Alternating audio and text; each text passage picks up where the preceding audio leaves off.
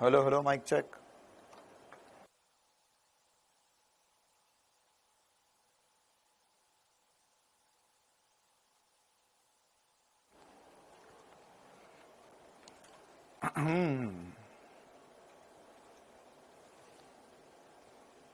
दो बैच है।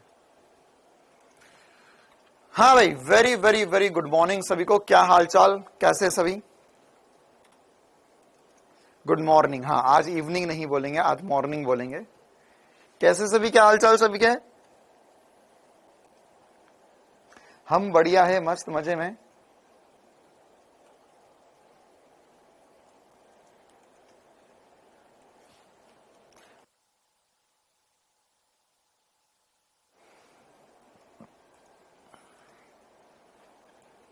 हाँ, रक्षाबंधन की आप सभी को भी बहुत बहुत शुभकामनाएं। हैप्पी रक्षाबंधन।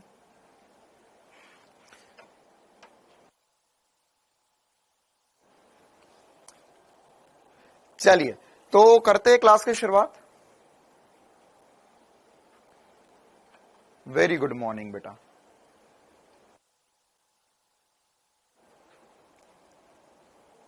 चलो, तो हम आज की क्लास में एक बहुत बहुत बहुत इंपॉर्टेंट टॉपिक पढ़ने वाले हैं ना। आज की क्लास में हम क्या पढ़ेंगे?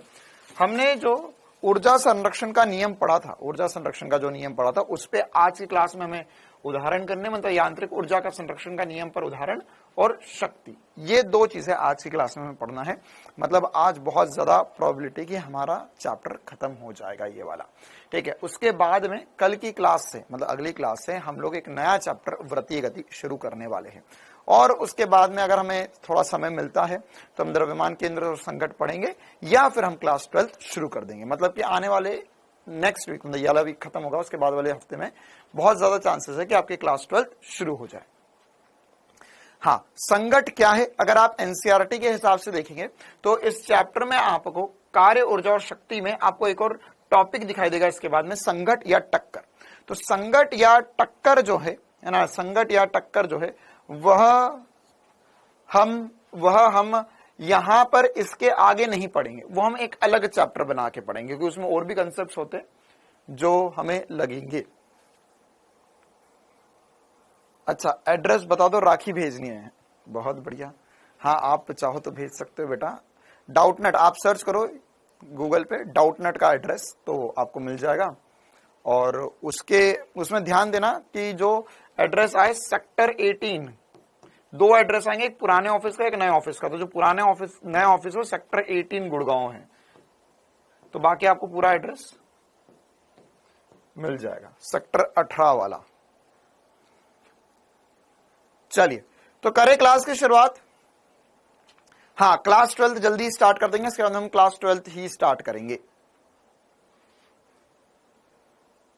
चलो, तो हमने पिछली क्लास में ये एक होमवर्क में क्वेश्चन आपको दिया था जो मैं डिस्कस करूंगा, है ना। लेकिन अभी डिस्कस नहीं करूंगा, ये थोड़ी देर बाद डिस्कस करूंगा, मतलब आखिरी में डिस्कस करूंगा।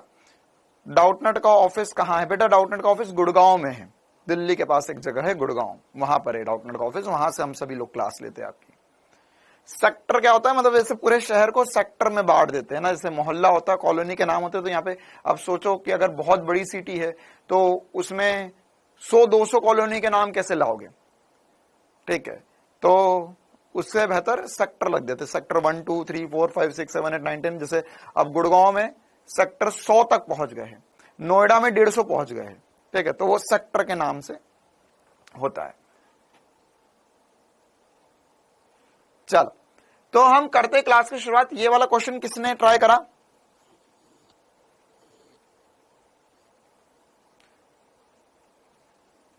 कब तक क्लास 12 खत्म हो जाएगा? चिंता ना करो, अगर हम लोग सितंबर में क्लास 12 खत्म करते हैं, सितंबर, अक्टूबर, नवंबर, दिसंबर तक मोस्ट प्रोबेबली क्लास 12 खत्म हो जाएगा। चलो, किया है, बी आया है। चलिए, ठीक है। तो हाँ, बिल्कुल सही बात बेटा, गांव में तो यही होता है। गांव में तो आप जाके बोल दो कि भैया इनके घर पहुंचाना, तो पहुंच जाता है सामान। लेकिन अब यहां नहीं होता है ना ऐसा। सी आया। ठीक है, तो ये वाला क्वेश्चन हम डिस्कस करेंगे थोड़ी देर बाद, लेकिन अभी हम ऊर्जा संरक्षण का नियम और उस पर उदाहरण करते हैं, क्योंकि एकदम भारी भरकम सा सवाल है, सुबह सुबह डिस्कस कर लेंगे तो दिमाग पे लोड ज्यादा बढ़ जाएगा। ठीक है, तो आराम आराम से डिस्कशन शुरू करते हैं हम। अब हमने ऊर्जा संरक्षण में क्या पढ़ा था, हमने पढ़ा था कि सर कुल ऊर्जा में परिवर्तन शून्य होता है या ऊर्जा नियत होती है, या हम लिख सकते हैं कि प्रारंभिक ऊर्जा बराबर होगी अंतिम ऊर्जा के, या किसी भी क्षण पे ऊर्जा जो है कुल ऊर्जा बराबर होती है हमेशा। इसी प्रकार से हमने यह भी समझा था कि गतिज ऊर्जा मतलब कुल ऊर्जा में कौन सी ऊर्जा होगी, गतिज ऊर्जा प्लस स्थितिज ऊर्जा। यह गतिज ऊर्जा प्लस स्थितिज ऊर्जा में परिवर्तन जो है वह शून्य होगा, या गतिज ऊर्जा प्लस स्थितिज ऊर्जा जो है वह नियत होगी। और इसी चीज को हमने लिखना सीखा था, प्रारंभिक गतिज ऊर्जा प्लस प्रारंभिक स्थितिज ऊर्जा बराबर होगी किसी भी क्षण पर गतिज ऊर्जा प्लस स्थितिज ऊर्जा के। और इसमें हमने एक सुंदर कन्या का एग्जाम्पल भी देखा था स्केटिंग करते हुए। अब हम आगे बढ़ते हैं और इस पे सवाल करते हैं, है ना, कुछ सवाल करने होंगे हमें इस पे। और इसी के अंदर मैं आपको और भी ट्रिक सिखाऊंगा। आज की क्लास हम बहुत इंपॉर्टेंट रखने वाले, क्योंकि आज की क्लास में आपको बहुत सारी ऐसी ट्रिक्स सिखाऊंगा जिनके बदौलत आप जो क्वेश्चन में ऑलरेडी कर लिए है उन क्वेश्चन को और छोटे में और जल्दी कर पाओगे। ठीक है, तो अभी हम कुछ क्वेश्चन करते हैं जिससे हम ऊर्जा संरक्षण का नियम लगाना सीख जाए। तो अब हम सबसे पहले एक आसान से सवाल से शुरुआत करते हैं। ये सवाल मैंने होमवर्क में भी दिया था कल, है ना। मुझे पता है कि आप लोग में से बहुत सारे होंगे जिन्होंने होमवर्क नहीं किया, कोई बात नहीं, आप लोग रेगुलर क्लास कर रहे हो अभी, वो बहुत बड़ी बात है ना। तो आज आपको समय मिलेगा, आज का पूरा दिन मिलेगा, कल का भी पूरा दिन मिलेगा, आप उसमें आज और कल के होमवर्क कर सकते हैं। चलिए, तो ये एक सवाल से हम क्लास की शुरुआत करते हैं। आज काफी सारे क्वेश्चंस करना है हमें, तो क्वेश्चन नंबर भी डाल देते हैं। क्वेश्चन नंबर 1, सवाल में बोला गया है कि 2 किलो की एक वस्तु 20 मीटर की ऊंचाई से गिरती है, इसकी स्थितिज ऊर्जा में हास्य क्या होगा। हास्य मतलब हानि। कल छुट्टी नहीं है, कल शाम को क्लास होगी निकिता बिटिया, शाम को क्लास होगी नॉर्मल टाइम पर ही। हाँ, तो स्थितिज ऊर्जा में हानि मतलब कि जैसे जैसे नीचे आएगी तो स्थितिज ऊर्जा घटेगी। तो स्थितिज ऊर्जा कितनी है उसके पास, स्थितिज ऊर्जा होती है सर mgh। तो ऊपर स्थितिज ऊर्जा होगी 2 × 10 × 20। कितना हो गया ये, इसको मल्टीप्लाई करोगे 400 जूल। एकदम ही लुल सा सवाल, 400 joule is the very correct answer, option number 1। हाँ, बिल्कुल सही बात। कर लिया होमवर्क प्रशांत कुमार, बहुत ही बढ़िया, बहुत ही बढ़िया। इसी प्रकार से आगे बढ़ते और भी कुछ सवालों की तरफ, है ना। जैसे कुछ बढ़िया से सवाल करते हैं हम। चलिए, इसे क्वेश्चन नंबर 2 बना लेते हैं। ठीक है, इसे क्वेश्चन नंबर 2 बना लेते हैं। क्वेश्चन में क्या बोला है कि एक वस्तु को 8 मीटर की ऊंचाई से गिराया जाता है, सतह से टकराने के पश्चात यह 6 मीटर ऊंचाई तक उछलती है। तो गतिज ऊर्जा में टक्कर के दौरान आंशिक हानि क्या होगी, है ना। आंशिक हानि होगी, और यही आपको बताना है कि जो आंशिक हानि हो रही है किसकी वजह से होगी, घर्षण के वजह से। तो आपको बताना है कि घर्षण प्रतिरोध को नगण्य माने और यहां पर कितनी हानि हो रही है। ठीक है, वह आपको बताना है सवाल में। तो कितनी हानि होगी यह पता करेंगे। तो कैसे पता होगा, तो देखो, अब आपको ऐसा लगेगा कि सर ये गेंद ऊपर से उछली या ऊपर से आई, सतह पर टकराई, 8 मीटर से आई, 8 मीटर ऊपर से आई और टकराई, और यहां पर यह टकराने के बाद में 6 मीटर ऊपर चलेगी। टकराने के बाद में 6 मीटर ऊपर चलेगी। तो टकराने के बाद में अगर ये 6 मीटर ऊपर चली गई तो हमसे यह पूछा है आप उसने कि कितनी आंशिक हानि होगी। तो अब सबसे पहली बात, तो अगर हम यह समझे कि इसमें टकराई है सर, नीचे आएगी तो स्थितिज ऊर्जा गतिज ऊर्जा में बदलेगी। तो क्या हम गतिज ऊर्जा निकाले या सीधे स्थितिज ऊर्जा से ही कर देंगे? हम सीधे इस सवाल को स्थितिज ऊर्जा से करेंगे, हम इसको गतिज ऊर्जा में नहीं ले जाने वाले, क्योंकि गतिज ऊर्जा में ले जाएंगे कोई फायदा नहीं। हमने समझा था कल ही कि गतिज ऊर्जा भी mgh के द्वारा लिखी जा सकती है। तो अब ऊर्जा में परिवर्तन कितना हुआ होगा, देखो क्या हुआ होगा, यहां से टकराई होगी, इसका कुछ ना कुछ वेग रहा होगा, कुछ ना कुछ वेग रहा होगा, फिर ऊपर उठी है। तो यहां ऊर्जा में परिवर्तन भले ही यहां हुआ है, लेकिन अगर मैं टोटल ऊर्जा समझू कि सर यहां से यहां तक में टोटल ऊर्जा थी, या प्रारंभिक ऊर्जा लिख सकता हूं मैं, प्रारंभिक ऊर्जा प्रारंभिक लिख सकता हूं, आई मतलब इनिशियल, योगी mgh या mg इंटू 8, और ऊर्जा फाइनल जो हो जाएगी वो mg इंटू 6 हो जाएगी। मुझे यहां पर गतिज ऊर्जा निकालने की कोई आवश्यकता नहीं है, क्योंकि देखो एक्चुअल में परिवर्तन तो गतिज ऊर्जा में हो रहा है, लेकिन वो गतिज ऊर्जा वापस से किस में चली जाएगी, वापस से स्थितिज ऊर्जा में चली जाएगी। तो स्थितिज खेलना ज्यादा आसान है गतिज खेलने से बेहतर। आई बात समझ में? तो यही बात यहां पर करेंगे हम। तो हानि निकालनी, हानि क्या होता है, मतलब हानि कैसे निकलेगी, आंशिक हानि होगा ऊर्जा में परिवर्तन बटा प्रारंभिक ऊर्जा, यह हमारे पास आंशिक हानि, आंशिक मतलब फ्रैक्शनल, ठीक है। अगर वो केवल हानि पूछता तो हम निकाल देते, इन दोनों को माइनस कर देते, लेकिन आंशिक रूप से कितनी हानि हुई है वो पूछा उसने।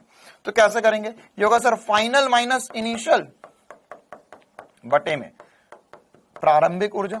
अच्छा, अंतिम कितनी हुई है, mg इंटू 6, प्रारंभिक कितनी है mg इंटू 8 बटे में mg इंटू 8 प्रारंभिक।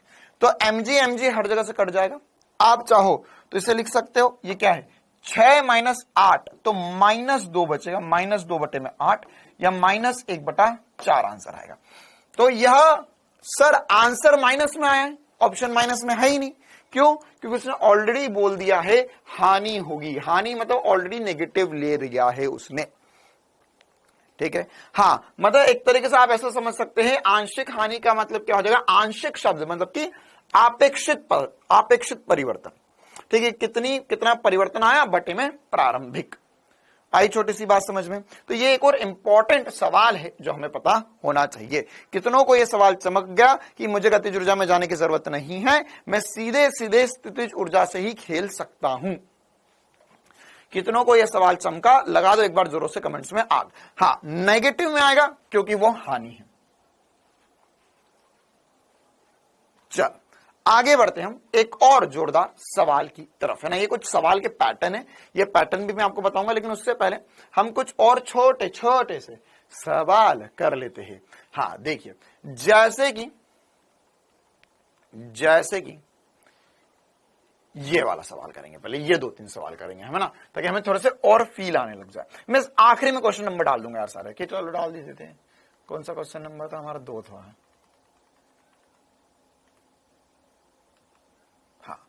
क्वेश्चन नंबर 3 ये करेंगे हम, क्वेश्चन नंबर 4 ये करेंगे हम, और उसके बाद में क्वेश्चन नंबर 5 में हम करेंगे ये वाला सवाल। चलो ठीक है, तो पहले ये वाला सवाल करते हैं। सवाल क्या दिया गया है और आपसे क्या पूछा है ना। सवाल में पूछा आपसे कि चित्र में एक घर्षण रहित सतह है। अच्छा ठीक है, पूरी घर्षण रहित सतह है, बहुत ही बढ़िया। और बोला है 2 किलो द्रव्यमान का एक पिंड को स्थिति ए से छोड़ा जाता है, तो स्थिति सी पर गतिज ऊर्जा क्या होगी, स्थिति सी पर गतिज ऊर्जा क्या होगी। तो अब आदमी के दिमाग में क्या आता है, आदमी के दिमाग में क्या आता है, सर गतिज ऊर्जा पूछा है, मतलब हाफ mv² होता है, मतलब मेरे को पहले स्थिति सी पर वेग निकालना पड़ेगा, वेग निकालना पड़ेगा। ये सोच सरासर गलत है, ऐसा करेंगे ही नहीं हम ऐसा करेंगे ही नहीं। क्यों नहीं करेंगे सर हमेशा, क्योंकि यहां पर क्या होगा, यहां पर ये ए बिंदु से बी से सी तक जाएगी, तो मैं इसको दूसरे तरीके से देख सकता हूं। क्या स्थितिज ऊर्जा, हाँ, गतिज ऊर्जा, हाँ, तो हमें पता है सर कि यहां पे गतिज ऊर्जा कितनी होगी, तो गतिज ऊर्जा जो होगी वह स्थितिज ऊर्जा से आएगी। किससे आएगी, स्थितिज ऊर्जा से। मतलब मैं बोल सकता हूं कि जितना स्थितिज ऊर्जा घटेगी, गतिज ऊर्जा उतनी ही बढ़ेगी। कहानी खत्म, पैसा हजम। तो एक लाइन में बिना पेन उठाए सवाल कर सकते हो कि सर ये 14 मीटर की ऊंचाई पे थी, 7 मीटर की ऊंचाई पर आ गई है, तो स्थितिज ऊर्जा कितनी घट गई, स्थितिज ऊर्जा कितनी घट गई। घर्षण रहित मतलब बेटा ये चिकनी सतह है ना, यहां पर कोई भी हानि नहीं होगी ऊर्जा में। तो एक लाइन में मैं निकाल सकता हूं सर कि स्थितिज ऊर्जा में जो परिवर्तन आएगा वो कितना आएगा, स्थितिज ऊर्जा में परिवर्तन आ जाएगा mg 7 माइनस mg 14, आप अभी नए नए हो तो भी मैं पेन लगा रहा हूं, वरना ये ओरली भी कर सकते क्या कि सर mg 14 माइनस mg 7 या 7 माइनस 14 7 होगा, कितना होगा 7 होगा, तो हो जाएगा m की वैल्यू mg इंटू 7 हो जाएगा, निगेटिव में आ रहा है मुझे पता है, ये हो जाएगा m कितना है 2 इंटू 10 इंटू 7, यह हो जाएगा माइनस 140 जूल। इतनी स्थितिज ऊर्जा घट गई है तो इतनी ही गतिज ऊर्जा बढ़ेगी, कहानी खत्म, पैसा जम। अरे आया मजा जिंदगी का? क्या एसपी स्टार सभी को चमक रहा है? क्या ये एसपी स्टार समझ रहा है सभी को कि सर गतिज ऊर्जा निकालने के लिए वेग निकालने की आवश्यकता नहीं होती है, मैं स्थितिज ऊर्जा से भी गतिज ऊर्जा निकाल सकता हूं, बस यही फील देना था मुझे, मैं स्थितिज ऊर्जा से भी गतिज ऊर्जा निकाल सकता हूं। तो गतिज ऊर्जा क्या है, क्योंकि देखो इन दोनों का योग तो 0 होना चाहिए, तो गतिज ऊर्जा जो होगी माइनस स्थितिज ऊर्जा में परिवर्तन के बराबर होना चाहिए। तो जितनी जितनी जितनी स्थितिज ऊर्जा घटेगी उतनी गतिज ऊर्जा बढ़ेगी। अच्छा, तो अगर ये चमक गया, अगर ये चमक गया तो जल्दी से क्या तुम लोग मुझे बता सकते हो, क्या सभी चीजें बता सकते हैं कि बी बिंदु पर गतिज ऊर्जा क्या होगी? बी बिंदु पर गतिज ऊर्जा क्या होगी? बी बिंदु पर गतिज ऊर्जा जल्दी से बताओ।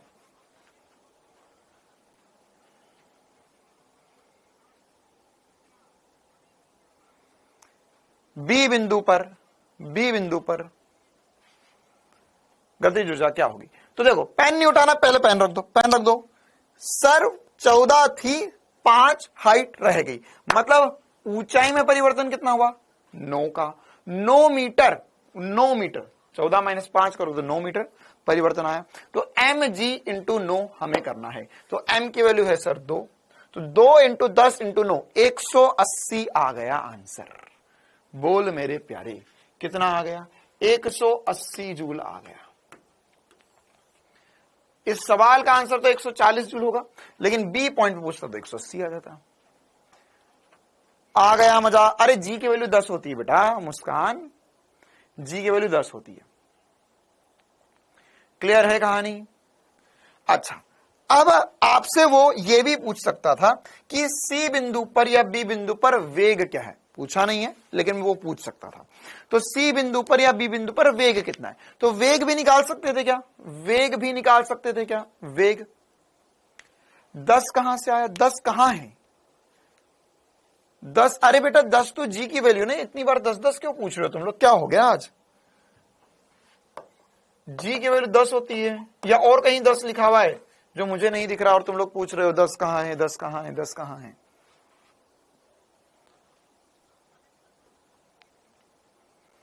ठीक है, अच्छा नहीं, एक बार काइनेटिक एनर्जी से नहीं करूंगा, मैं करूंगा ही नहीं कभी भी काइनेटिक एनर्जी से। ठीक है, अब आपसे पूछ सकता था कि भैया वेग बताओ, तो अब आपके पास गतिज ऊर्जा आ गई है, आपके पास गतिज ऊर्जा आ गई है, अब आप वेग निकाल सकते हो। कभी भी गतिज ऊर्जा वेग से नहीं निकालेंगे, गतिज ऊर्जा से वेग जरूर निकाल लेंगे, वेग से गतिज ऊर्जा कभी नहीं निकालेंगे, चार्ज से गतिज ऊर्जा नहीं निकालेंगे हम जब भी ऐसे सवाल करेंगे। गतिज ऊर्जा होता है हाफ mv स्क्वायर, अच्छा यहां लिखा हुआ है गतिज ऊर्जा होता है हाफ mv स्क्वायर, तो मैं कभी भी इससे ये नहीं निकालूंगा, ये नहीं करूंगा, लेकिन गतिज ऊर्जा आ जाएगी तो उससे वेग आसानी से निकल जाएगा मेरा। ठीक है, और यही सिखाना है आज की क्लास में, है ना? तो यहां पर वेग कैसा आ जाएगा? वेग कितना आ जाएगा? अगर आपसे सी बिंदु पर वेग पूछेगा, ये सी बिंदु है, तो गतिज ऊर्जा कितनी होती है? हाफ mv स्क्वायर बराबर हो जाएगा 140, तो यहां पे m का मान 2 दिया हुआ, तो हाफ इंटू 2 इंटू v का स्क्वायर बराबर होगा 140, या वर्गमूल 140 हमारे पास वेग आ जाएगा सी बिंदु पर। कर सकते हो, पूछा नहीं है सवाल में, लेकिन फिर भी हम कर सकते हैं। ठीक है, आ गई बात समझ में? चलिए एक और ऐसा सवाल करते हैं ताकि हमें और कॉन्फिडेंस आए। क्वेश्चन नंबर 4, क्वेश्चन नंबर 4 देखिए, क्वेश्चन में क्या बोला है? इस क्वेश्चन को भी आप चाहो तो पूरी मजदूरी के साथ कर सकते हो या बिना पेन उठाए कर सकते हो। क्या बेटा आदित्य माइनस 140 नहीं होगा, प्लस 140 होगा। क्यों? क्योंकि माइनस 140 तो स्थितिज ऊर्जा ही है, तो जितनी स्थितिज ऊर्जा घटेगी उतनी गतिज ऊर्जा बढ़ेगी। हाँ, √2gh से कर सकते हैं। आकांक्षा सिंह बिटिया, वही तो मैं सिखाना चाहता हूं कि √2gh से कर सकते हैं, लेकिन हम नहीं करेंगे, हम नहीं करेंगे।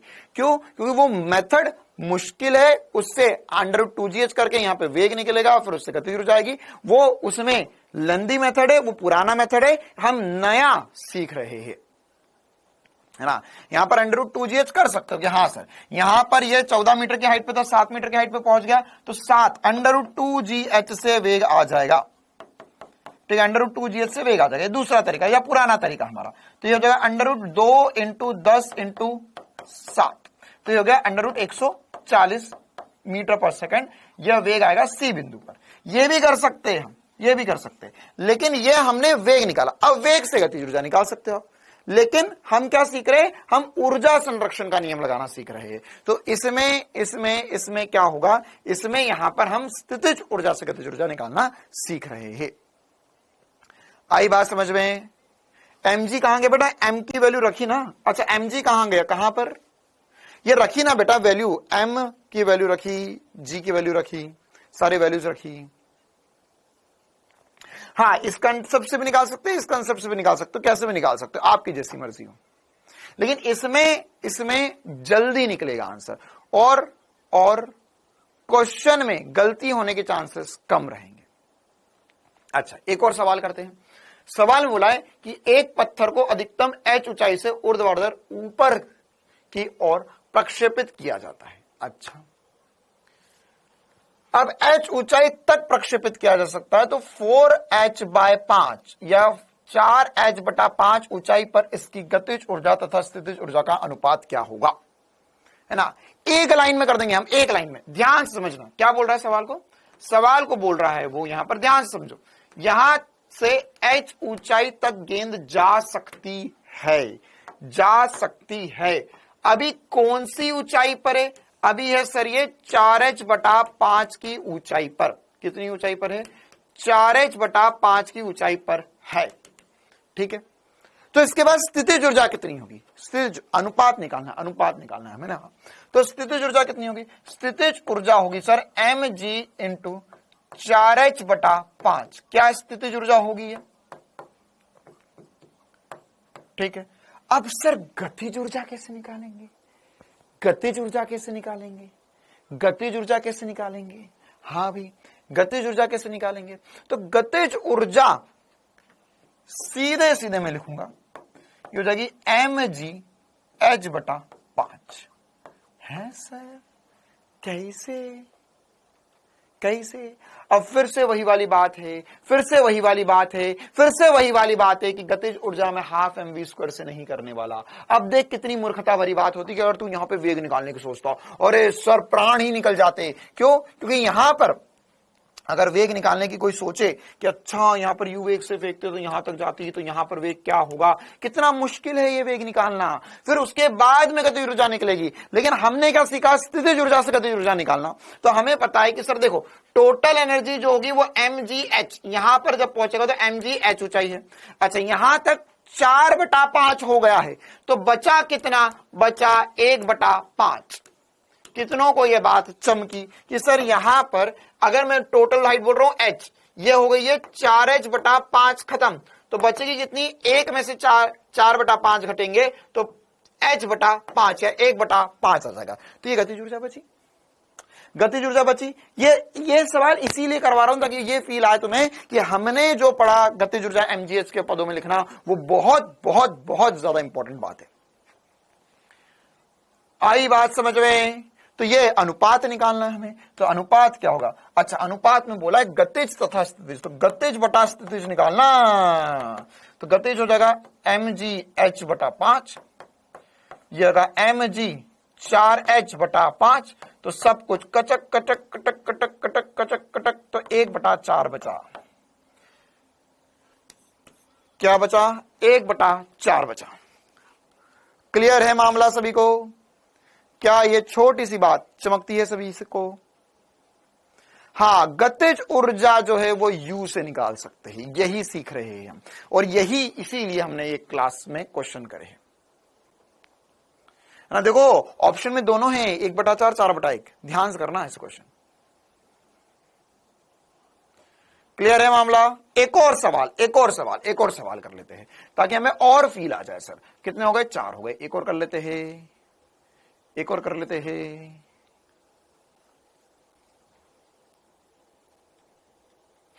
ये करते हैं तो ज्यादा कॉन्फिडेंस आएगा। नीट 2021 का सवाल, ठीक है। क्वेश्चन नंबर 5 क्या होगा? 1/5 कैसे होगा? ये सुबह वाले क्लास में कौन लोग आ गए आज? शाम को तो नहीं आते हो तुम। 1/5 बेटा, 1/5 कैसे हो गया? 1 में से 4/5 घटा, कितना आएगा? ये हो जाएगा 5 - 4/5 या 1/5 घटाया 1 में से। चल क्या है सवाल?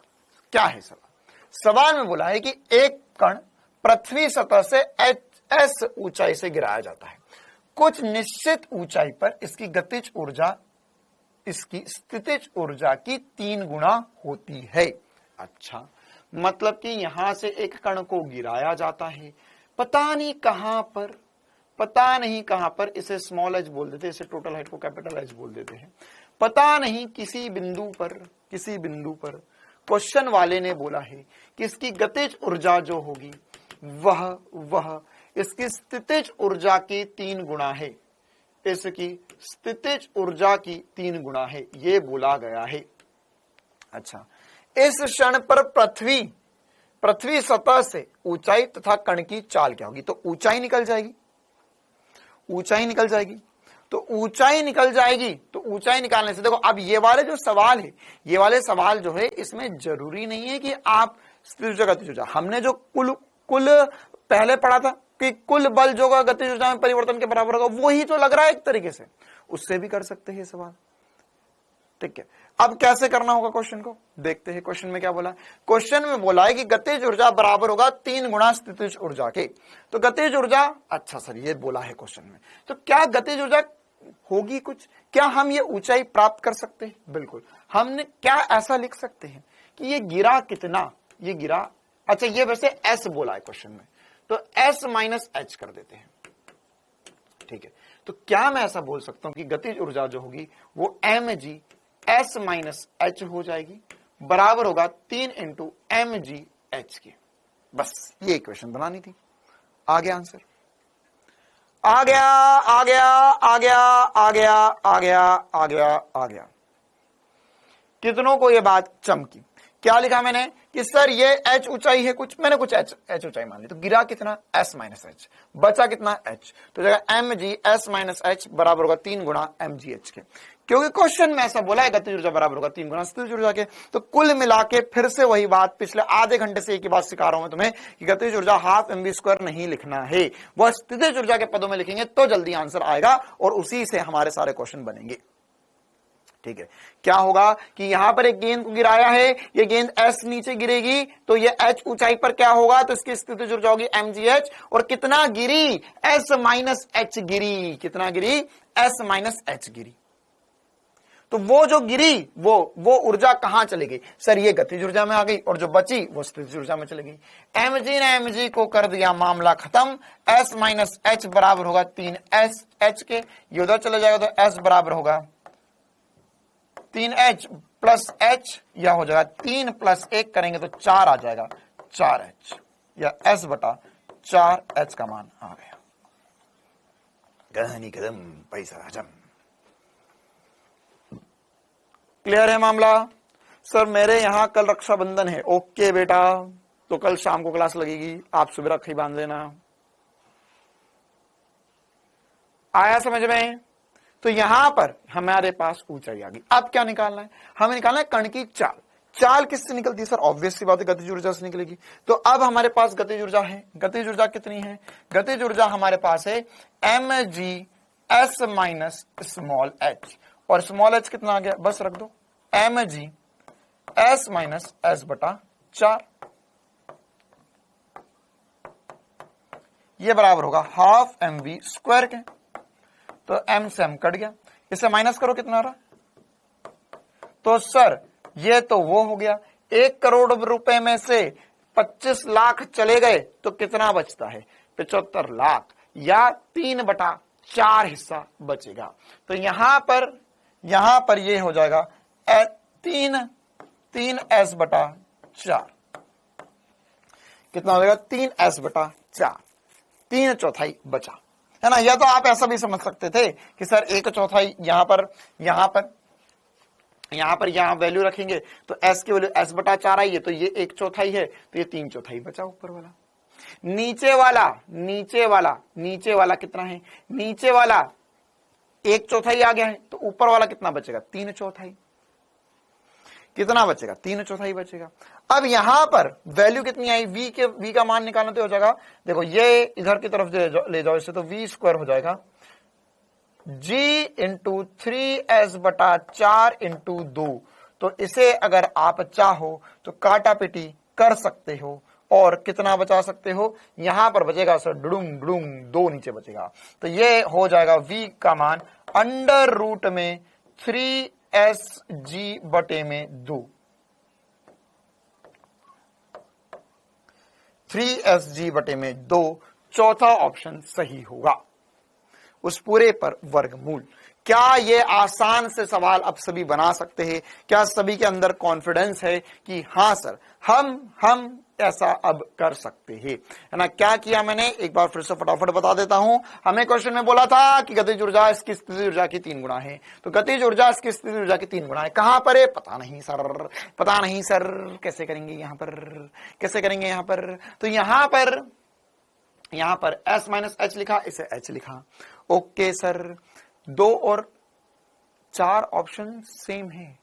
अरे बाबा, जिसको ऑप्शन नंबर 2 और ऑप्शन नंबर 4 सेम दिख रहे हैं वो एक काम करो, ऐसा ग्लास में पानी लो और ऐसा अपनी आंख के ऊपर इधर डालो और 3 बार गर्दन को ऐसे करो, 4 बार ऐसे करो, 5 बार गर्दन को गोल गोल घुमाओ और फिर करके देखो यहां नीचे रूट नहीं लगा, इसमें रूट लगा है।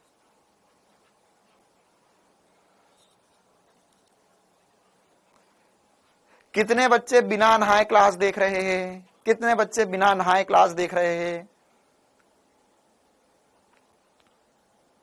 हाँ, √2gh से भी कर सकते हैं।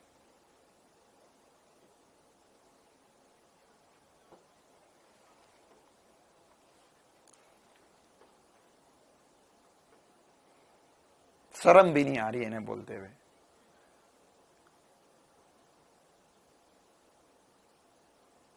तुम्हारा सिस्टम सही है यार, ऐसा सिस्टम मुझे भी चाहिए। नींद में उठे तो तकिया लगा के अरे 8 बज गए, तुरंत क्लास सामने शुरू। जब मैं 11th 12th में था तो मेरी हमेशा सुबह 8 बजे क्लास होती थी, नहीं 8 नहीं 7 बजे होती थी, सॉरी। तो 7 बजे सुबह क्लास होती थी, तो सुबह 7 बजे की क्लास के लिए मुझे मेरे घर से 1 घंटा लगता था जाने के लिए, 1 सवा घंटा लगता था। तो मैं सुबह 5 बजे उठ जाता था, 4:30 5 बजे, तब जाके मैं 6 बजे 5:30 पौने 6 बजे तक बस पकड़ता था और 7 बजे तक क्लास में पहुंचता था। और तुम्हें देख लो, आंखें आधी चिपक रही है। देखो ये यहां पर क्या करा, फिर से देख लो। यहां पर हमने बोला गतिज ऊर्जा जो है 3 गुना होगी स्थितिज ऊर्जा के, तो गतिज ऊर्जा जो होगी वो mg s माइनस एच होगी, स्थितिज ऊर्जा होगी 3 गुना mgh के। ठीक है, अब यहां पर यह h ऊंचाई है, s माइनस एच ऊंचाई है। अब इस कंडीशन में mg s माइनस एच लिखा हुआ है और ये mg से mg कट गया, तो s माइनस एच बराबर होगा 3h के। सॉल्व किया, h की वैल्यू होगी s/4। अच्छा, अब एक बच्चा बिल्कुल सही बात बोल रहा है।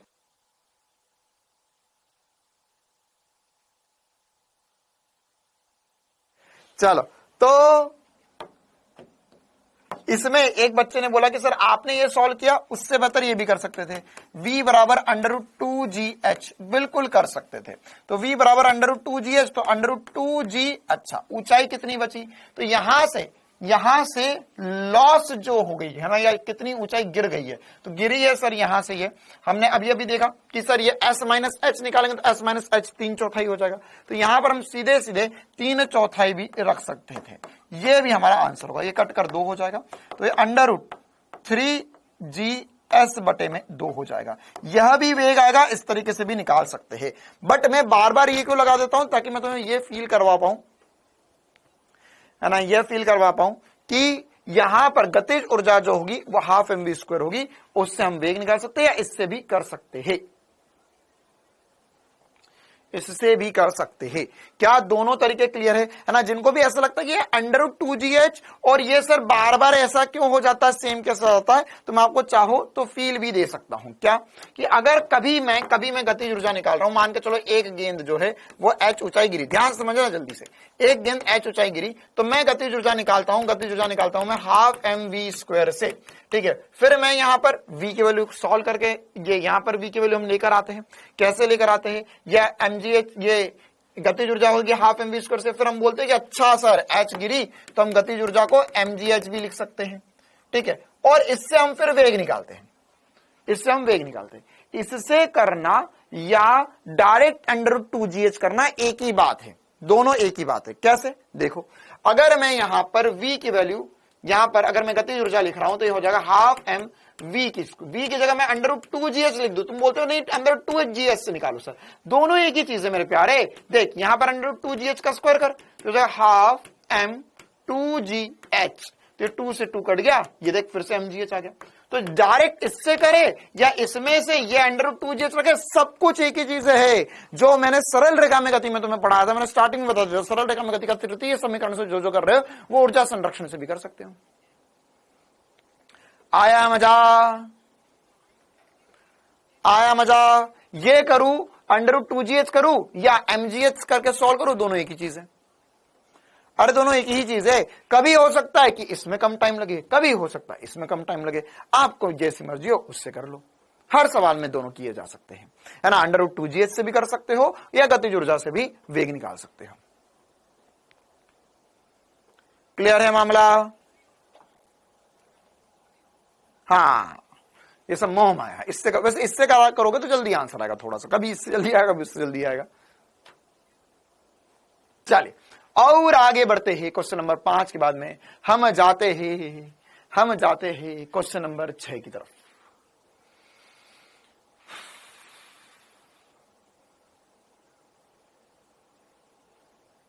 अच्छा, ये वायु के घर्षण वाला थोड़ी देर बात करेंगे। क्वेश्चन नंबर 6 जो है वह अब मैं आपको करवाना चाहता हूं। उससे पहले मैं आपको कुछ और क्वेश्चन के कंसेप्ट सिखाता हूं, है ना। अब जैसे हम और कुछ क्वेश्चन के कंसेप्ट सीखेंगे जिसमें हम यहां पर इक्वेशन बनाना सीखेंगे, ठीक है। अभी तक हम जो मैक्सिमम बातें कर रहे हैं उन सब में हमारे पास क्या हो रहा था, हमारे पास मैक्सिमम जो था उसमें स्थितिज ऊर्जा और गतिज ऊर्जा, स्थितिज ऊर्जा mgh ही हो रही थी। लेकिन जरूरी नहीं है mgh ही हो, उसमें घर्षण वाला, उसमें स्प्रिंग वाला भी आ सकता है ना। हाफ kx² भी स्थितिज ऊर्जा हो सकती है। तो उसको कैसे करेंगे? क्या यह सवाल हमारा देखा हुआ सा है पहले? क्या यह सवाल हमने पहले करा हुआ है? एक बार लाइन पढ़ो, जल्दी से लाइन पढ़ो, क्या लिखी हुई है। क्या यह हमने पहले करा है कभी ना कभी?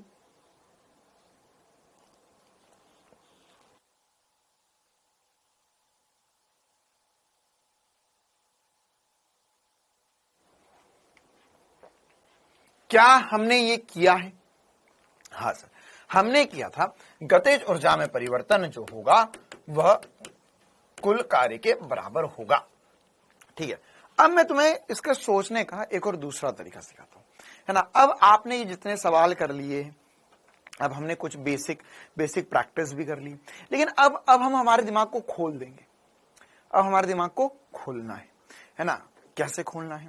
देखो, ऐसा सोचो बस, अब आप है ना, आज से कभी मत सोचना कि सर मुझे गतिज ऊर्जा वाला प्रमेय लगाना है, गतिज ऊर्जा बराबर कुल कार्य के बराबर होगा, या मुझे ऊर्जा संरक्षण लगाना है, मुझे क्या करना है, मुझे ये करना है, मुझे अबे तुम पेपर पर आंसर टिक करके आ जाओ सही, बस यही चाहते नीट वाले। गोला अगर सही भरा तो तुम्हें पूरे नंबर मिलेंगे, है ना। मान के चल तुमने सॉल्व किया, ऐसे ऑप्शंस थे, ऑप्शन नंबर 1 2 3 4, और यहां पे वैल्यूज कुछ थी, ठीक है। अब तुम्हारा आंसर आया 3 जूल और आंसर सही था 2 जूल। तुमने गलती से धोखा खा के 2 जूल आंसर सही था और तुमने गलती से 3 जूल आंसर आया और तुमने बी ऑप्शन टिक कर दिया। तुमने पता नहीं क्या उस समय माया हुई तुम्हारे साथ क्या उलझने हुई कि तुम्हारा आंसर जो था वो 3 जूल आया था, 3 जूल थर्ड ऑप्शन में था, लेकिन तुमने गलती से उसे 2 ऑप्शन टिक कर दिया और वो सही था, और वो सही था, है ना। मोबाइल की स्क्रीन पर आप टेस्ट दे रहे थे तो एकदम से इधर क्लिक कर दो, उंगली कपा गई सर, कपकपी आ गई और ऊपर क्लिक हो गया और हमने नेक्स्ट बटन दबा दिया और वही सही हो गया। तो क्या तुम्हें नंबर मिलेंगे? क्या नंबर मिलेंगे? हाँ बिल्कुल नंबर मिलेंगे। क्यों? क्योंकि आंसर सही होना चाहिए, आंसर सही होना चाहिए कैसे भी आया हो ना। अगर मान के चलो एक बच्चा एक बार क्लास में आया था, नया नया बैच शुरू हुआ था, पिछले साल की बात है, तो वो बोलता कि सर मेरे पिछले साल नीट में 100 या 120 नंबर आए थे। तो मैंने बोला पढ़ाई वढ़ाई करी थी? बोलता नहीं सर सारे तुक्के मार कर आया था, जय माता दी करके मैं 120 नंबर लेकर आया हूं। तो मैंने बोला कैसे ऑप्शन मार्क करे? तो बोले सर जो मिला, किसी का ए, किसी का बी, किसी का सी, किसी का डी, किसी का डी, ई कर करके मैंने सारे सवालों के आंसर भेजे और मेरे को 120 नंबर आ गए। तो मैंने उसको एक नई बात सिखाई कि अगर अगली बार ऐसा हो, कोई भी एग्जाम देने जाओ, है ना, तो अगली बार अगर ऐसा हो तो एक जबरदस्त ट्रिक बताता हूं तुझे मैं, है ना। 120 क्या, तू कम से कम 300 नंबर ले आएगा, है ना। 200 250 नंबर तो कहीं नहीं गए, 250 300 नंबर आराम से आ जाएंगे। क्या करना, सभी ऑप्शन में B B B B B B B करके आ जाना, पूरे आंसर शीट में बी बी बी करके आ जा, बी करके आ जा। तो तेरे आराम से 250 नंबर तो आ जाएंगे नीट में, आराम से 250 नंबर आ जाएंगे। सभी में ए ऑप्शन करा, सभी में बी करा, सभी में सी करा या सभी में डी करा, कोई एक ऑप्शन सब में फिल कर दे, या पेपर के ऊपर देख लेना कोड, अगर तुम्हारा code A B C D जो भी कोड हो तो वही वाला कोड पूरे पेपर में फिल कराना, आराम से 200-250 नंबर आ जाएंगे। क्यों? क्योंकि अगर तुमने रैंडम करा, तुमने सोचा कि यार इसका ए कर देता हूं, इसका बी कर देता हूं, इसका सी कर देता हूं, इसका डी कर देता हूं, तो उसमें सही होने के चांसेस कम हो जाएंगे। क्यों? क्योंकि जिसका बी था तुमने उसका ए कर दिया, जिसका सी था उसका तुमने डी कर दिया, जिसका डी था उसका तुमने ए कर दिया, तो सही होने के चांसेस कम हो गए। लेकिन अगर मान के चलो तुमने सबका बी बी बी कर दिया, तो बहुत सारे ऐसे क्वेश्चन, है ना, अगर मान के चलो हमें टोटल क्वेश्चन जो है वो कितने हमें 90 क्वेश्चन करने, 180 क्वेश्चन करने, तो 180 में से मान के चल कि 180 में से 100 सवाल थे जिनका आंसर बी था और तुमने सबका बी कर दिया, मजे आ गए फिर तो ना। तुक्का मारने के लिए भी दिमाग चाहिए। चलो, तो अब ये वाली बातें हमने सब सीख ली थी, तो अब हमें क्या करना है, हमें कैसे करना है, हमें यहां पर ये सारी बातें एकदम दिमाग में, हमको दिमाग में ऐसे सेट करना है कि भैया ये ऊर्जा थी। अब हमारे दिमाग में देखो, ऐसा दिमाग में बांट लो चीजें, ऐसे दिमाग में बांट लो क्या, कि देखो एक होती गतिज ऊर्जा, एक होती है स्थितिज ऊर्जा, ठीक है, और एक होता है घर्षण का कार्य, है ना। अब हम सीधे इक्वेशन लिखेंगे, हम ये कुछ नहीं लिखेंगे, अब ये हमारे लिए कट चुका, अब हमारे लिए कुछ नहीं आने वाला। हम सीधे ऐसा समझेंगे कि देखो ये था, वो मिल गया, दैट्स इट। हिसाब लगाना कि मेरे पास 100 रुपए थे, मैंने उसको दिए, उसने मुझे एक डेयरी मिल्क दे दी, तो ये पैसा गया, डेयरी मिल्क आई मेरे पास, है ना। जैसे तुम्हें पता है ना कि पुराने जमाने में व्यापार कैसे करते थे, पुराने जमाने में पैसे वैसे नहीं होते थे, पुराने जमाने में कैसे व्यापार करते थे, हम तुम गेहूं उगा रहे हो, हम दूध, हमारे पास भैंस है, दूध है हमारे पास, तो हम तुम्हें दूध देंगे, तुम हमें गेहूं दे देना, हम तुम्हें चावल देंगे, तुम हमें सब्जी दे देना, ठीक है। तो यही कार्यक्रम हमें सेट करना है, तुम मुझे खून दो मैं तुम्हें आजादी दूंगा। तो यह वाली बात है कि ये जैसे जो ऊर्जा है बस एक रूप से दूसरे रूप में जाएगी, दैट्स इट, ऐसा सोचना है। तो अब ऐसा, ये इसको सोच कैसे सकते हैं, ऐसे सोचेंगे। देखो हमको बोला यहां पर कि इस समय पर इसे संपीड़ित, तो एक्स मैक्सिमम संपीड़न कैसा होगा, एक लाइन में क्वेश्चन लिख देंगे हम। अच्छा सर यहां पे ऊर्जा क्या है, ऊर्जा है हाफ mv² गति ऊर्जा। अच्छा ये पूरी ऊर्जा गिली गिली छू होकर किसको मिल जाएगी, स्प्रिंग पूरा दब जाएगी, तो पूरी किस में चली जाएगी, स्प्रिंग में चली जाएगी, तो ये बराबर हो गया हाफ kx² के। बस इतनी सी बात, कहानी खत्म, पैसा जम। काहे लगा रहे हैं ये सब कुछ, काहे पॉजिटिव काहे नेगेटिव, कोई पॉजिटिव नेगेटिव का कोई चक्कर नहीं जिंदगी में। इतनी सी बात सीख ले, ये ट्रिक सीख ले कि जो ऊर्जा थी वो किस में चली जाएगी, तो गतिज ऊर्जा थी स्थितिज ऊर्जा में चली गई। तो बस यहां पे ऐसा लिखा हाफ mv² बराबर हाफ kx²। क्या ये डायरेक्ट लिखना सीख सकते हो आप सभी, तो यहां से हाफ कट गया, ये हम ऑलरेडी कर चुके हैं, लेकिन फिर भी मैंने आपको ये चीज करके बताई, बटे में k बराबर होगा x² के, या ये वर्गमूल हो जाएगा तो ये हो जाएगा अंडर रूट v बाहर आ जाएगा वर्गमूल के अंडर रूट m बटा k। ये x का मान आ गया, कहानी खत्म।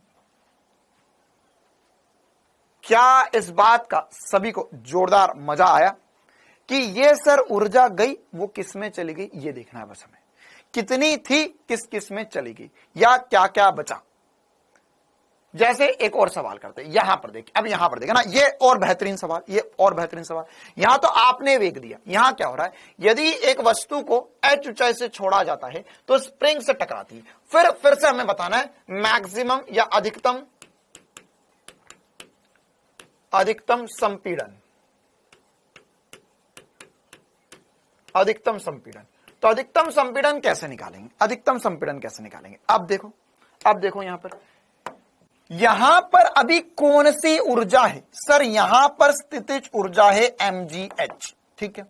ये नीचे जाएगी वो गतिज में बदलेगी, मेरे को कुछ नहीं मतलब, ये जाएगी पूरा दबाएगी, और जब ये किस रूप में चले जाएगी, मुझे क्या निकालना है, अधिकतम संपीड़न निकालना है। क्या बोल रहा हूं बेटा, प्लस माइनस कुछ नहीं करना है, प्लस माइनस कुछ नहीं करना है। अब यहां पर जब ये नीचे आएगा तो ये स्प्रिंग को पूरा दबा देगा। कितना दबा देगा सर, यहां तक दबा देगा, एक्स मैक्सिमम संपीड़न आ गया इसका।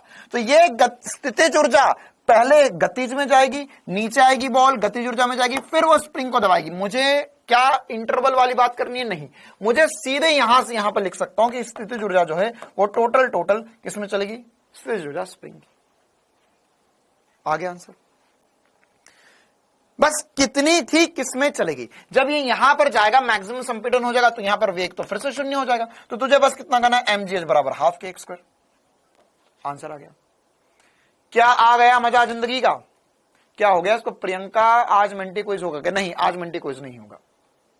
mgh क्यों लिया बेटा, क्योंकि स्थितिज ऊर्जा यहां पर बॉल है, यहां से नीचे आएगी। देखो अल्टीमेटली होगा क्या, ये बॉल यहां पर नीचे आएगी तो ये स्थितिज ऊर्जा जो है वो गतिज ऊर्जा में बदलेगी, फिर ये गतिज ऊर्जा जो है वो स्प्रिंग की स्थितिज ऊर्जा में बदलेगी। तो मैं सीधे स्थितिज ऊर्जा से स्प्रिंग की स्थितिज ऊर्जा निकाल सकता हूं। आ गया समझ में, क्लियर है मामला। गतिज ऊर्जा पूछी ही नहीं है क्वेश्चन में।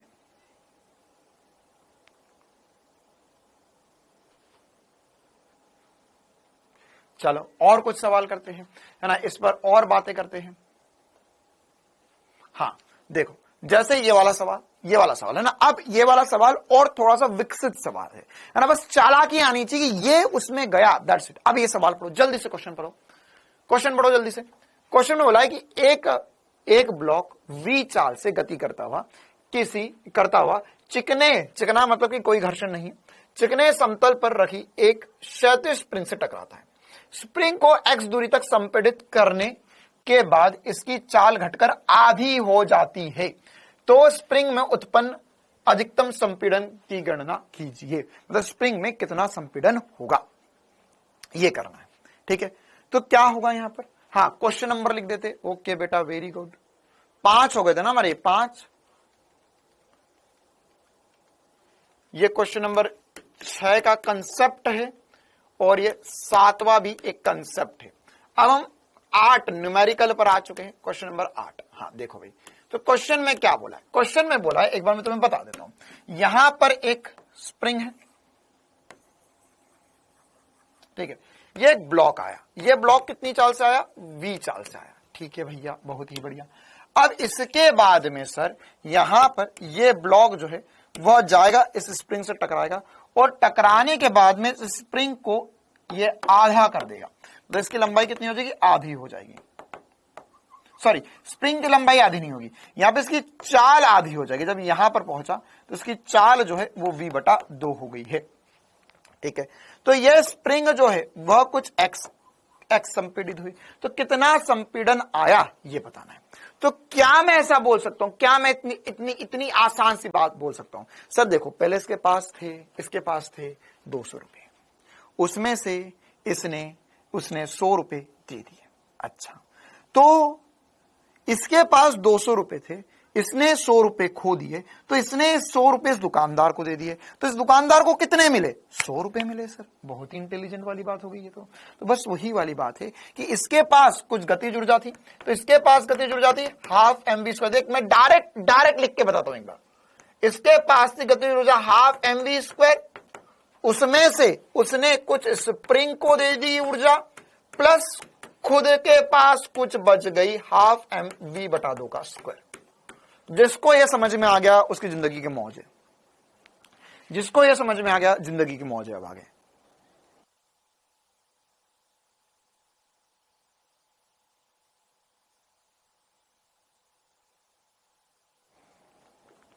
क्या ये 100% रूप से समझ में आ गया कि सर ये गतिज ऊर्जा थी?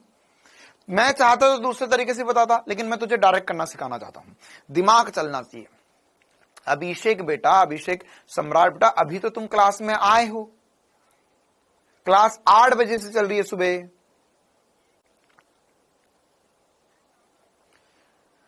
क्या मजा आया जिंदगी का कि हाँ सर डायरेक्ट इक्वेशन बना दी मैंने। तो हाफ mv स्क्वायर, जिसको समझ नहीं आया वो ऐसा समझ लो कि देखो भाई गतिज ऊर्जा कितनी थी, गतिज ऊर्जा में परिवर्तन कितनी खोई इसने, तो इसके पास से हाफ mv स्क्वायर थी, उसमें से हाफ mv बटा 2 का स्क्वायर इसने खो दी और वह स्प्रिंग के पास चली गई।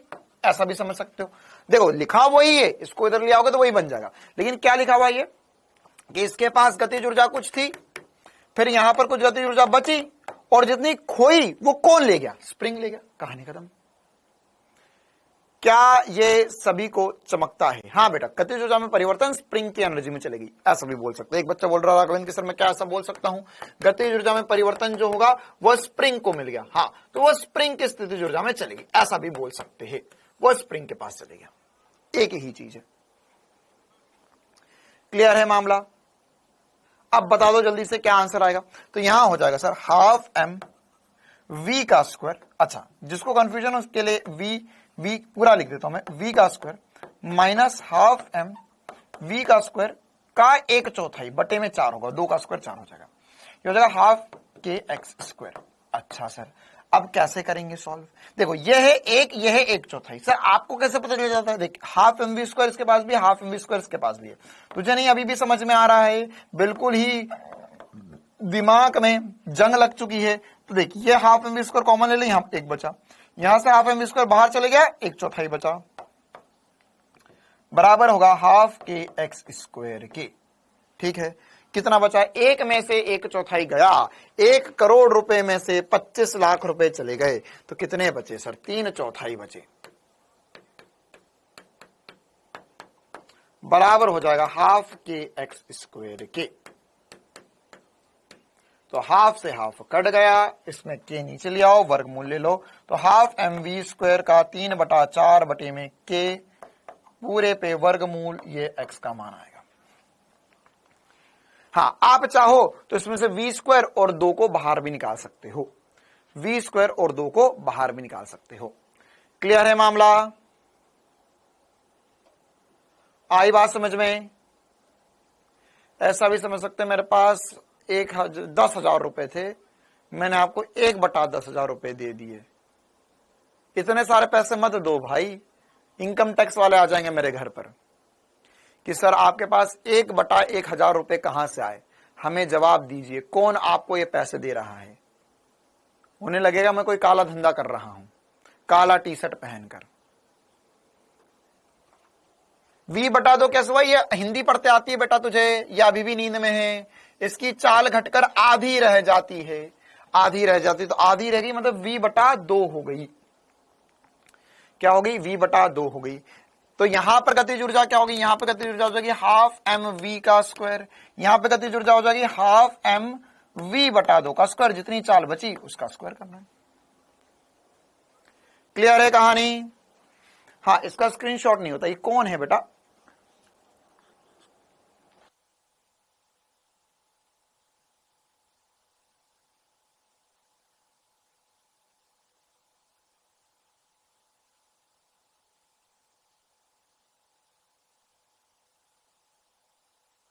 चलिए हो गया, आगे बढ़े। क्या और थोड़े मुश्किल सवाल करने को तैयार हो?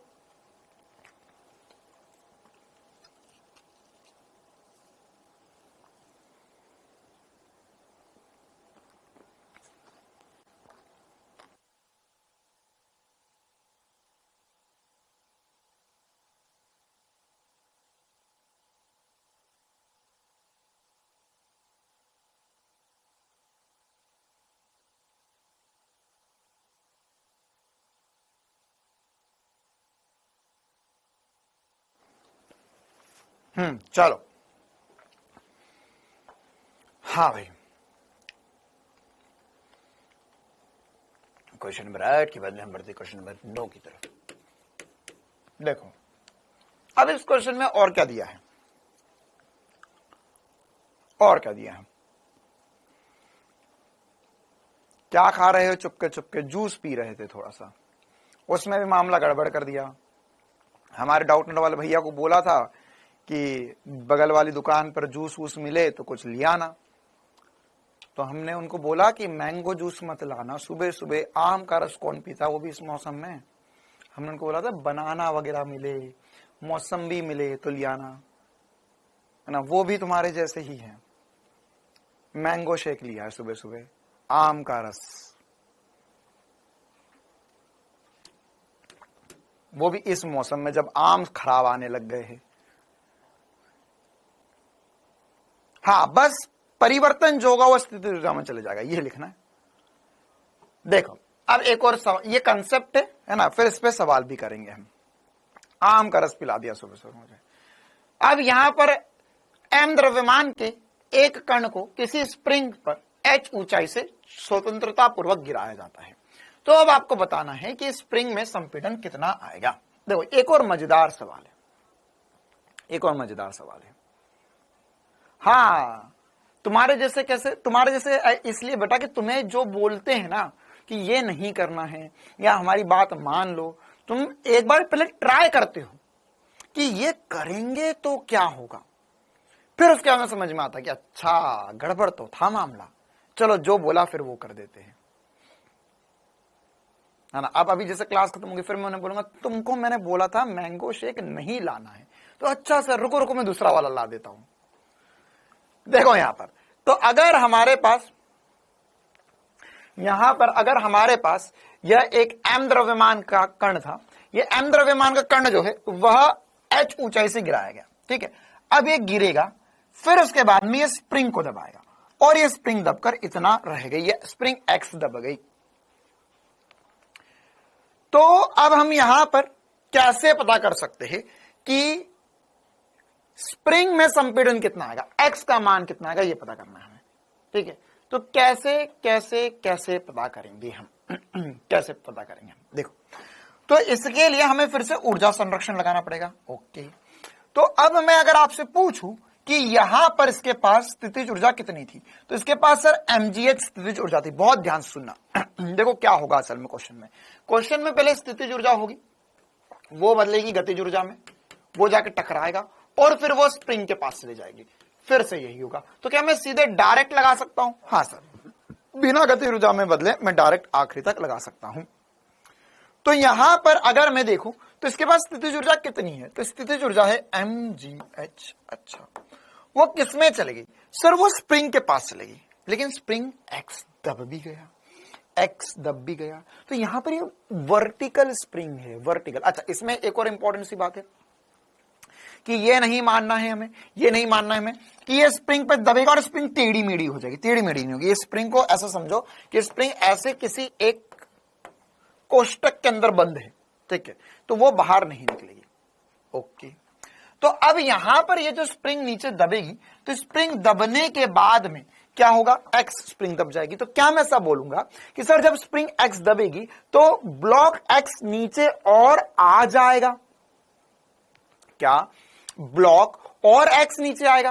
बिल्कुल सर। तो क्या मैं ऐसा बोल सकता हूं कि ब्लॉक में प्रारंभिक और अंतिम स्थिति में क्या हुआ है कि ब्लॉक सर एक्चुअल में अगर मैं देखूं तो ब्लॉक जो है वह H प्लस एक्स नीचे उतरा है, कितनों को ये बात चमकी। तो उसकी स्थितिज ऊर्जा में परिवर्तन जो होगा वह H नहीं सर, आपको H प्लस एक्स लिखना चाहिए। यह बराबर होगा हाफ mv स्क्वायर के, सॉरी यह बराबर होगा हाफ kx स्क्वायर के, क्योंकि वो पूरी ऊर्जा स्प्रिंग खा गई। अगर इसको बीच में तोड़कर ले जाओगे तो बहुत मुश्किल हो जाएगा, बहुत मुश्किल हो जाएगा। क्या कि यहां पर mgh स्थितिज ऊर्जा थी, वो गतिज में गई, फिर उसके अंदर नीचे जाएगा तो फिर और स्थितिज ऊर्जा घटेगी, या सॉरी और स्थितिज ऊर्जा यहां से यहां ले जाओगे तो x नीचे गया तो स्थितिज ऊर्जा और घटेगी, फिर वो ऊर्जा भी स्प्रिंग में जाएगी, तो बहुत कॉम्प्लिकेटेड हो जाएगा। अगर तुम इस बिंदु से इससे इस बिंदु पे आओगे फिर इस बिंदु पे आओगे तो बहुत मुश्किल हो जाएगा लिखना। हमने सीधा किया, यहां पर क्या था यहां पर क्या था, मामला खत्म, है ना। देखो ये ऐसा हिसाब है, ये ऐसा हिसाब है कि मान के चलो तुम मार्केट में गए, है ना, तुमने 100 रुपए की सब्जी खरीद ली, है ना, तो अब उसके बाद में तुमने 50 रुपए के फल खरीद लिए, फिर तुमने उसके बाद में और भी कुछ खरीदा, फिर ऐसे करते करते तुमने कुछ 500 रुपए खर्चा कर दिए। अब उसके बाद में या तो मैं ऐसा जोड़ू कि मैंने 100 रुपए इसको दिए, उसको दिए, उसको दिए, तो बहुत कॉम्प्लिकेटेड से कहां कहां पैसा उड़ाया, नहीं, कुल मिला के कितना पैसा खर्च हुआ, 100 रुपए उसको दिए, 50 रुपए वहां दिए, वहां दिए, वहां दिए, तो टोटल मिलकर 500 रुपए खर्च हो गया। तो मुझे यह बात समझ में आ गई कि टोटल खर्चा 500 रुपए है, तो पहले 500 रुपए इधर थे, 500 रुपए दुकानों में बढ़ गए, ठीक है। तो यहां पर स्थितिज ऊर्जा, एक बच्चा बोल रहा सर माइनस क्यों नहीं आएगा, अरे मूर्ख एक बात बता, यहां पर अगर मैं बोल रहा हूं ये h हाइट है और ये x हाइट और गिरी, तो टोटल कितना गिरी, h माइनस एक्स गिरी या h प्लस एक्स गिरी, कितना गिरा टोटल, कहां गिरा टोटल, सर टोटल गिरा h प्लस एक्स गिरा, टोटल कितना गिरा, h प्लस एक्स गिरा। h माइनस क्यों करेंगे, माइनस क्या होता, माइनस होता h माइनस एक्स, तो क्या इतना सा गिरा, ये h है टोटल, ये फिर ये x माइनस कर दिया तो क्या इतना गिरा, नहीं सर ये इतना प्लस इतना गिरा, तो h प्लस एक्स कर दिया, है ना। और यहां पर माइनस, ये देख मैंने क्या सिखा रहा हूं मैं तुझे, मैं माइनस के सारे चक्कर ही छोड़ना सिखा रहा हूं, मैं बस ये बोल रहा हूं कि स्थितिज ऊर्जा जो घटी या स्थितिज ऊर्जा जो थी वो स्प्रिंग को मिल गई, तो उसने माइनस हाफ के एक्स स्क्वायर क्यों करूंगा मैं, मेरे पास ये स्प्रिंग की, ये मेरे पास स्थितिज ऊर्जा घटी, वो पूरा स्प्रिंग ले गई, अब माइनस थोड़ी ना लेगी स्प्रिंग तो पूरी ऊर्जा लेगी, तो बस यहां पर हाफ के एक्स स्क्वायर स्प्रिंग ले गई। क्लियर है मामला, आया समझ में। तो ये कितना गिरी, सर ये ब्लॉक जो है वो स्प्रिंग पे गिरा, तो ये h प्लस एक्स गिरा, और यहां पर ये टोटल जो होगा वो स्प्रिंग में चला गया। क्या ये कंसेप्ट क्रिस्टल क्लियर है सभी को, आया मजा। चलो तो अब इसमें सवाल कैसे बन सकता है, ऐसा सवाल आ सकता है, सवाल में क्या बोला हमको, सवाल में बोला कि एक द्रव्यमानहीन प्लेटफॉर्म को हल्के प्रत्यास्थ स्प्रिंग पर, देखो ये जो सब कुछ मैंने पीछे फोटो बनाया वही शब्दों में लिखकर बताया कि एक द्रव्यमानहीन प्लेटफॉर्म को हल्के प्रत्यास्थ स्प्रिंग पर चित्र अनुसार रखा गया है। मतलब क्या हुआ, ऐसा कुछ हल्का प्लेटफॉर्म रखा है एक स्प्रिंग के ऊपर, ठीक है, वैल्यू वाला सवाल है ताकि आपको क्वेश्चन में करना क्या ये भी पता चल जाए। जब 0.1 किलो द्रव्यमान के एक रेत के कण को, अरे भाई साहब रेत का कण, इतना 100 ग्राम का रेत का कण कहां से, पता नहीं कहां से ढूंढ कर लाए, कण को इस पर 0.24 मीटर की ऊंचाई से टक्कर पूर्णतः अप्रत्यास्थ है, मतलब जाके चिपक गया और नीचे स्प्रिंग को दबाएगा, गिराया जाता है तो स्प्रिंग में संपीड़न जो है वो 0.01 मीटर का होता है। 0.04 मीटर संपीड़न के लिए रेत के कण को कितनी ऊंचाई से गिराना होगा, ठीक है। क्या बोला है क्वेश्चन में बोला है कि जब मैं उसे 0.04 मीटर की 0.24 मीटर की ऊंचाई से गिराता हूं तो 0.01 मीटर स्प्रिंग दबती है। फिर उसने बोला कि मैं कितनी ऊंचाई से छोड़ू ताकि ये स्प्रिंग जो है वो 0.04 मीटर दब जाए।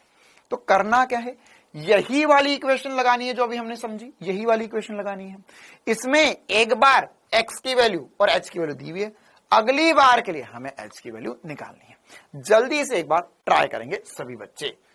देखो भाई क्या होगा, केस 1, पहले इक्वेशन लिख देता हूं, क्या होता है, mgh प्लस एक्स बराबर होगा हाफ के एक्स स्क्वायर के, ठीक है। तो केस 1 में क्या बोला है, केस नंबर 1 में बोला है सर mg, अच्छा हाइट कितनी है 0.24 प्लस 0.01 बराबर होगा हाफ के इंटू 0.01 का स्क्वायर, ये केस नंबर 1 दिया हुआ है।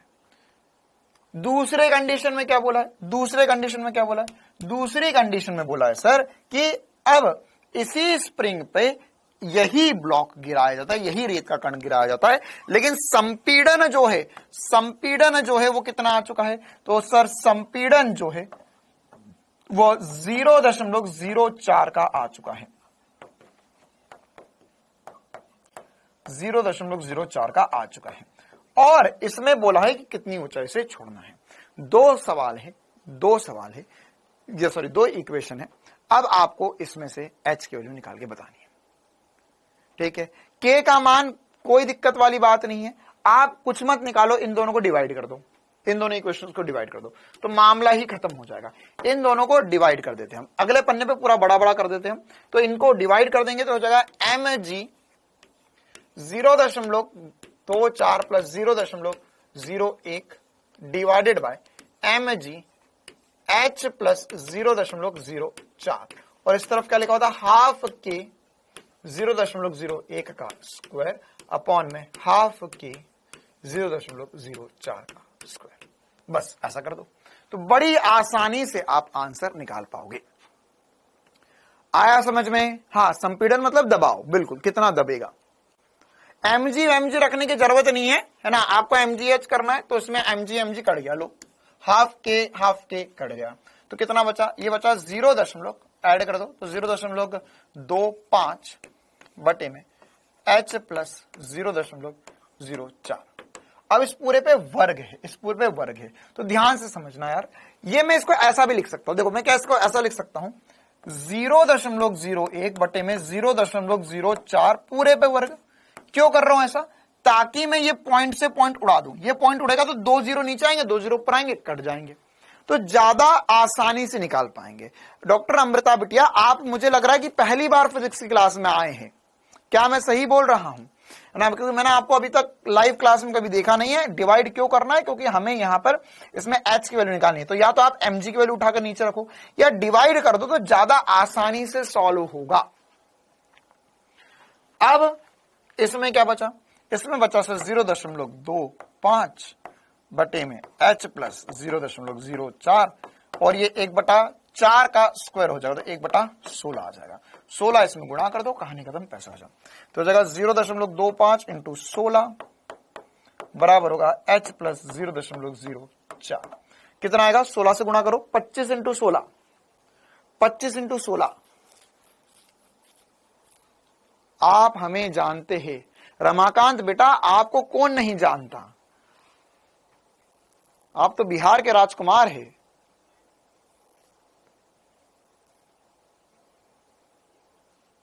हाँ, तो अगर हम 25 इंटू 16 करेंगे तो ये कितना आ जाएगा, ये यहां पर 25 इंटू 16 करने पर 400 आएगा और 2 0 हटाओगे तो 4 आ जाएगा। h प्लस 0.04 ये इस तरफ चले जाएगा तो h का मान जो हो जाएगा वह हो जाएगा, एक बार इधर अच्छे से लिख देता हूं मैं, h बराबर होगा 4 माइनस 0.04, यह हो जाएगा 3.96 मीटर। क्लियर है? आया समझ में? हाँ, पॉइंट से पॉइंट कट गया बेटा, बिल्कुल सही बात।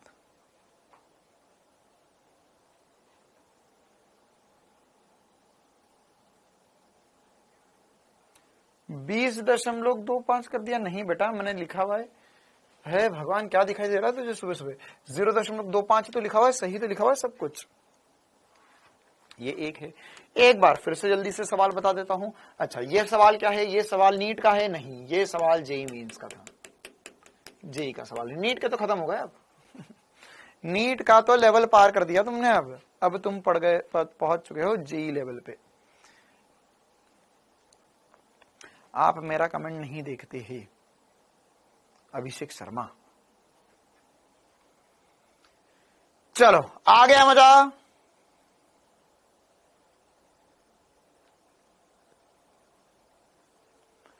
तो कैसे किया, फिर से एक बार फटाफट बता देता हूं। हमारे पास हमें क्वेश्चन में बोला था कि 0.24 मीटर की ऊंचाई से गेंद को छोड़ने पर 0.01 मीटर स्प्रिंग संपीड़ित होती है। फिर उसके अंदर अगर इसी को कितनी ऊंचाई से, गेंद है या रेत का कण हो कुछ भी हो, उसको कितनी ऊंचाई से फेंका जाए कि 0.04 मीटर संपीड़न आए। तो हमने बोला कि जो स्थिति ऊर्जा में परिवर्तन होगा वो सीधे स्प्रिंग में चले जाएगा। mgh प्लस x बराबर होना चाहिए हाफ के x स्क्वायर के। ये कंसेप्ट अभी हमने पीछे सीखा था। तो अब लिखा mgh की वैल्यू लिखी 0.24 प्लस x की वैल्यू 0.01। फिर उसके बाद दूसरा समीकरण, इसमें h नहीं दिया, x दिया है, दोनों को डिवाइड किया और सॉल्व कर दिया, दोनों को डिवाइड किया, सॉल्व कर दिया। क्लियर है मामला? छुट्टी कर दो। हाँ बेटा कोई दिक्कत नहीं, छुट्टी ही है, आप क्लास बंद कर दो, आपके लिए छुट्टी हो जाएगी। हाँ ऐसा भी कर सकते हो। एक बच्चे ने बोला कि सर सीधे इसको इधर किधर मल्टीप्लाई करेंगे, 1/4 लिखा हुआ है, नहीं यही करना पड़ेगा।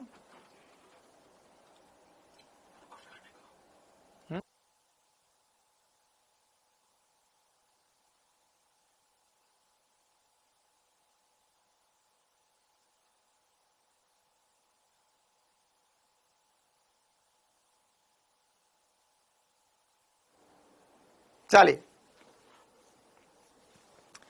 करेक्ट आगे। हाँ वही बेटा, उसको इलास्टिक पोटेंशियल एनर्जी बोलते हैं।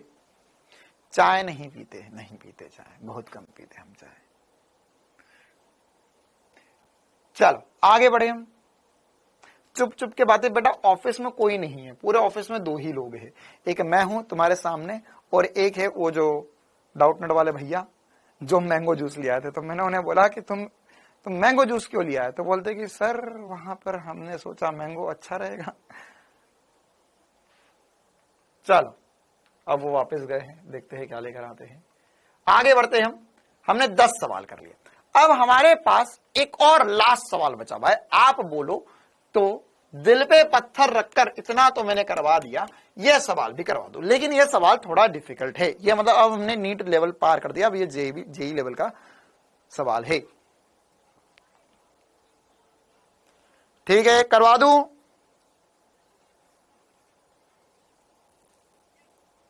कर लिया जाए? पक्का? चलो तो क्या होगा ये सवाल में बोला है कि एक कण को 16 मीटर पर सेकंड की चाल से ऊर्ध्वाधर ऊपर की ओर प्रक्षेपित किया जाता है। अच्छा पहले ये सवाल करो, उससे पहले ये बता दो, क्या तुम लोगों को जो इससे पहले हमने कार्य ऊर्जा प्रमेय पढ़ा, फिर यांत्रिक ऊर्जा का संरक्षण का नियम पढ़ा, क्या इन दोनों में से कोई भी कभी भी लगाना हो, इसमें कोई डाउट तो नहीं है कि सर हम सब इस मोह माया से ऊपर उठ गए, हमें कुछ नहीं पता कि कौन सा क्या लगाना, हमें बस पता है कि ये ऊर्जा उसमें चली जाती है, दैट्स इट। ये करना हमें आना चाहिए। ठीक है चलो तो अब एक और बढ़िया सवाल करते हैं। एक कण को 16 मीटर की चाल से ऊर्ध्वाधर ऊपर की ओर प्रक्षेपित किया जाता है। कुछ समय पश्चात जब यह प्रक्षेपित बिंदु से गुजरता है तो इसकी चाल 8 मीटर पर सेकंड हो जाती है, 8 मीटर पर सेकंड हो जाती है। तो यह मानते हुए कि हवा के घर्षण बल द्वारा किया गया कार्य ऊपर की ओर और नीचे की ओर, मतलब ऊपर जाते हुए और नीचे आते हुए समान होता है, तो कण द्वारा प्राप्त की गई अधिकतम ऊंचाई क्या होगी, है ना। ये जो सवाल है बेटा 1/4 का स्क्वायर करेगा विपिन कुमार, तो 1/4 का स्क्वायर जो होता है वो 16 होता है। ठीक है हाँ। अब यहां पर ये सवाल जो है, ये सवाल एक्चुअल में सरल रेखा में गति का सवाल है। जब हमने वह गुरुत्व के अधीन गति पढ़ा था, लेकिन उसमें हमने घर्षण वाला कभी नहीं पढ़ा था कि वायु घर्षण, हमने बोलता था वायु घर्षण नगण्य है। लेकिन अब ये जो सवाल है इसमें वायु घर्षण दिया गया है, वायु घर्षण दिया गया है। तो अब आपको वायु घर्षण के साथ में प्राप्त अधिकतम ऊंचाई निकालनी है। ठीक है तो अब सवाल क्या बोला है, एक बार मैं फोटो के जरिए बनाकर समझाता हूं आपको। देखो सवाल बोल रहा है कि यहां पर हमारे पास एक गेंद है, इसे हमने जब फेंका ऊपर की तरफ तो यह जा रही थी 16 मीटर पर सेकंड से। कितने से जा रही थी? 16 मीटर पर सेकंड से जा रही थी। अच्छा सर, ये यहां से ऊपर गई एच हाइट तक गई, फिर नीचे आई, तो जब ये जमीन पे वापस आई, जमीन पे वापस आई, तो इसका वेग जो है वो 8 मीटर पर सेकंड हो गया। कितना हो गया? 8 मीटर पर सेकंड हो गया। h हाइट तक गई है, ठीक है। तो अब ऑब्वियस सी बात है, 16 से जाती, 16 से वापस आती तो क्या होता? 16 से जाती, 16 से वापस आती तो कोई वायु घर्षण नहीं था, कोई ऊर्जा में हानि नहीं हुई है। लेकिन अगर ये 16 से गई है, 8 से आई है, मतलब कुछ ना कुछ गतिज ऊर्जा में परिवर्तन हुआ है। और ये जो गतिज ऊर्जा में परिवर्तन है वो कहां चले गया है? कहां चले गया है? वो वायु में चले गया है, वायु के घर्षण में चले गया है, ठीक है। तो एक बार मैं आपको इस क्वेश्चन में 2 इक्वेशन बनाकर सॉल्व करवाऊंगा, उसके बाद में हम इसको और एसपी स्टार से थोड़ा सा सेट करेंगे, है ना। तो पहले तो ये बताओ, देखो 2 इक्वेशन अलग अलग क्यों बनानी पड़ेगी? एक बार ऊपर जाने के लिए, एक बार नीचे आने के लिए। क्यों बनानी पड़ेगी अलग अलग इक्वेशंस? क्योंकि क्या होगा, जब ये ऊपर की ओर जाएगा तब इसमें वायु घर्षण, अगर ये ऊपर की ओर गति कर रहा है तो इसमें वायु घर्षण जो है वह नीचे की ओर लगेगा, वायु घर्षण का बल। और जब यह गेंद खुद नीचे की ओर गति करेंगी तो इसमें वायु घर्षण का बल ऊपर की ओर लगेगा। क्योंकि वायु घर्षण कहां लगता है? हमेशा सर विपरीत दिशा में लगता है। कहां लगता है? विपरीत दिशा में लगता है, ठीक है। तो एक बार हम दोनों को सॉल्व करके देखेंगे ना। तो एक बार ऊपर जाने के लिए इक्वेशन लिखेंगे, फिर एक बार नीचे आने के लिए इक्वेशन लिखेंगे। तो ऊपर जाने के लिए, ओहो जगह ही नहीं बची, चलो यही इक्वेशन बना देते हैं। ऊपर जाते समय क्या होगा?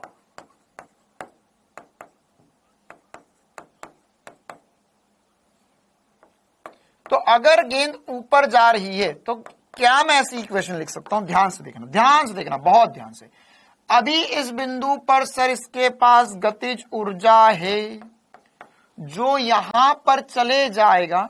तो अब देखो, अब मैं तुझे कोई प्लस नहीं करना, माइनस नहीं करना है, ऐसा नहीं सिखा रहा हूं कि देखिए विरुद्ध कार्य है तो इसमें माइनस कर दे, वो उसके बल की दिशा में विस्थापन है तो प्लस कर दे। ये सब अब हमारे लिए बच्चों का खेल हो चुका है, हम बन चुके हैं प्रो। हम सीधे लगाएंगे इक्वेशन कि यहां पर गतिज ऊर्जा थी, यहां तक पहुंचा तो वो किसमें चली गई सर? स्थितिज ऊर्जा प्लस कुछ वायु घर्षण का कार्य हो गया, तो वो कितना होगा? उसे हम वर्क घर्षण लिख देते हैं, वर्क घर्षण लिख देते हैं। कितनों को ये इक्वेशन चमक गई? कितनों को ये इक्वेशन चमक गई? कितनों को ये इक्वेशन चमक गई कि सर यहां पर होगा 12m इंटू 16 का वर्ग, स्थितिज ऊर्जा होती है mgh, ठीक है। और वायु घर्षण, है ना, अब वायु घर्षण को हम कार्य, घर्षण का कार्य यही लिख देते क्योंकि उसने वो घर्षण कार्य पूछा भी नहीं हमसे, तो अधिकतम ऊंचाई ही पूछी है। इसी प्रकार से दूसरा क्या होगा? दूसरा क्या होगा? नीचे जाते समय, अच्छा नीचे जाते समय क्या होगा? देखो अब मैं थोड़ा सा मामला बदल रहा हूं, यहां से आएगी तो इस समय जो ऊर्जा है वो स्थितिज ऊर्जा है, वह चली गई गतिज ऊर्जा प्लस वायु के द्वारा घर्षण बल में। देखो क्या बनाया मैंने कोई साइन कन्वेंशन नहीं लगाया, कोई साइन नहीं लगाया, बस मैंने थोड़ा सा दिमाग का इस्तेमाल किया कि जब मैंने यहां से ऊर्जा दी तो वो गई यहां तक, तो किस में चलेगी? स्थितिज ऊर्जा में चलेगी प्लस वायु घर्षण में चलेगी। अच्छा, फिर यहां पर आ गई। अब ये भूल जा, इसको भूल जा। अब मैंने यहां से एक गेंद को छोड़ा तो यह यहां पर इसके पास कोई गतिज ऊर्जा नहीं थी, यहां पर इसके पास स्थितिज ऊर्जा थी, जो नीचे जाकर टकराएगा तब वो गतिज ऊर्जा और वायु घर्षण में चली जाएगी। कितनों को ये दोनों इक्वेशन आ गई। और यहां पर जब हम यह फिर से यू की वैल्यू तो mgh ही रखेंगे क्योंकि हाइट तो सेम ही है दोनों कंडीशन में, और यहां पे 12m इंटू 8 का वर्ग प्लस घर्षण का कार्य होगा। बोल मेरे प्यारे, क्या ये बात चमकी? क्या ये बात चमकी? अब तुम्हें h निकालना है तो क्या करो, यहां से वायु घर्षण का मान उठा के उसमें रख दो, या दोनों इक्वेशन को घटा लो, जो आपकी मर्जी हो वो कर लो। क्लियर है मामला? कि बस इतना करना है कि ये जो ऊर्जा है वो कहीं गई और कहां गई वो पता कर ले बस। अब इसमें घर्षण कार्य में चली जाए या स्थितिज ऊर्जा में चली जाए, स्प्रिंग की स्थितिज ऊर्जा में चली जाए, गतिज ऊर्जा में चली जाए, बस, है ना। तो इसलिए मैं बोल रहा हूं, देखो अब एक बच्चा बोल रहा है स्प्रिंग का कार्य घर्षण होगा तो एनर्जी घटेगी। हाँ, तो वही तो मैं सिखा रहा हूं, यहां ना माइनस लगाने की जरूरत ही नहीं है। क्यों जरूरत नहीं है सर? क्योंकि यहां पर ऊर्जा थी, वो किस किस में बढ़ गई ये लिखना है हमें। अगर तुम्हें इक्वेशन माइनस साइन के साथ लगना है तो अब वो बताऊंगा तो दूसरे बच्चे कंफ्यूज हो जाएंगे। तो ये यहां पर क्या होगा, यहां पर आप फिर आपको उसमें पूरा करना पड़ेगा यार, जैसे हम ऑलरेडी कर चुके हैं। देखो ये वाला केस मैं आपको ऑलरेडी पढ़ा चुका हूं, जब मैंने आपको उस प्रकार के सवाल करवाए थे, जब गतिज ऊर्जा में परिवर्तन कुल कार्य के बराबर होगा। तो उसमें मैंने आपको बताया था कि अच्छा अंतिम गतिज ऊर्जा शून्य होगी, प्रारंभिक गतिज ऊर्जा ये है, वायु घर्षण का कार्य वृद्ध है, एमजी का कार्य वृद्ध है, तो वहां नेगेटिव आएगा, वो नेगेटिव आएगा। फिर उसको सॉल्व किया था, नेगेटिव कट गए थे। लेकिन अभी हमने इसको सीधे सीधे कर लिया। क्या ये सीधे सीधे कर लिया? क्लियर है मामला? चलिए, तो अब आपको ये दो इक्वेशन देखो, ध्यान से समझना ना, इसमें mg इधर है, इसमें mg इधर है ना, ये थोड़ा सा उल्टा उल्टा इक्वेशन बनी हुई है। तो एक काम करो, आप यहां से mg का वैल्यू उठा के उसमें रख दो। अच्छा नहीं, mg का वैल्यू नहीं, घर्षण कार्य का वैल्यू उठा के उसमें रख दो। तो ये हो जाएगा हाफ m 16 का स्क्वायर माइनस mgh बराबर होगा घर्षण कार्य के। अब ये वैल्यू उठा के उस इक्वेशन में रख दो, आंसर आ जाएगा। आया समझ में? क्या ये बहु मुश्किल सवाल भी अब आप कर रहे हो? ठीक है, इक्वेशन बेटा मैंने 3 से 4 बार बता दी है। क्या बनाई है मैंने? यहां पर क्या था और किस में चले गया, फिर यहां पर क्या था किस में चले गया। खुद से एक बार कॉपी पे लिख के देखो इक्वेशन, जिंदगी आरामदायक हो जाएगी। चलिए, तो अब हम इसमें वैल्यू उठा के रखते हैं, आंसर निकालते हैं अगले पन्ने पर। अच्छा, यहां पर मैंने ये तो वैसे भी वो वाला कंसेप्ट था ना, इसका यूज कर लेता हूं मैं थोड़ा सा पिछले पन्ने पर, है ना, ये पीछे की तरफ, ये पीछे की तरफ जाकर मैं सॉल्व करके बता रहा हूं आपको ये इक्वेशन। तो ये फिर से लिख देते हैं, हाफ m इंटू 16 का वर्ग माइनस mgh बराबर था घर्षण के कार्य के। ये इक्वेशन नंबर 1 थी हमारी। और इक्वेशन नंबर 2 क्या है? mgh बराबर होगा हाफ m 8 का वर्ग, 8 का वर्ग, 8 का वर्ग प्लस घर्षण का कार्य। तो इसको उठा के नीचे रख दो। तो mgh बराबर होगा हाफ m 8 का स्क्वायर प्लस घर्षण का कार्य कितना है? हाफ m इंटू 16 का स्क्वायर माइनस mgh। इसको सॉल्व करना है। तो यहां से ये mg इस तरफ आ जाएगा, तो mg प्लस mg, ये mg प्लस mg हो जाएगा। 16 और 8 कहां से आया? क्वेश्चन में दिया है। बिल्कुल ही जाहिल जैसी बातें मत किया करो। 16 और 8 कहां से आया? क्या नींद में था क्या अभी तक? ये 16 और 8 की अभी क्लास खोली है। ये 16 और 8 मीटर पर सेकंड क्वेश्चन में दिया हुआ था।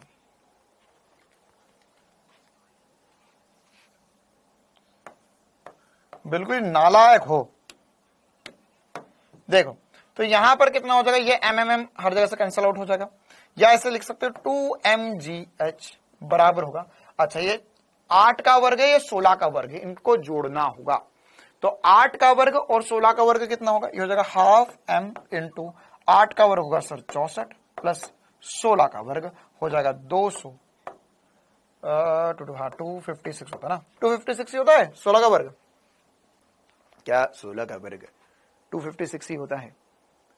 265 होता है, 265 होता है। पता नहीं, हमारे तो 256 चल रहा है शायद। निकालो आंसर कितना आएगा, करो सॉल्व। m से m कट गया, ये 2 नीचे आ जाएगा। ये h की वैल्यू निकालनी है, g की भी वैल्यू 10 रख दो, तो 1/4 इंटू ये 4 कहां से आ गया? फिर कुछ बच्चे पूछेंगे, तो ये हो जाएगा h की वैल्यू, ये हो जाएगी 1/2 लिखा हुआ है, या 2 नीचे आ गया है, ये g भी नीचे आ गया है, 10 बन गया है, ये 1/2 ऑलरेडी था, इंटू इनका योग करोगे तो कितना आ जाएगा इनका योग। फाइनल आंसर बता दो कितना आ रहा है, इनका योग कितना आ रहा है?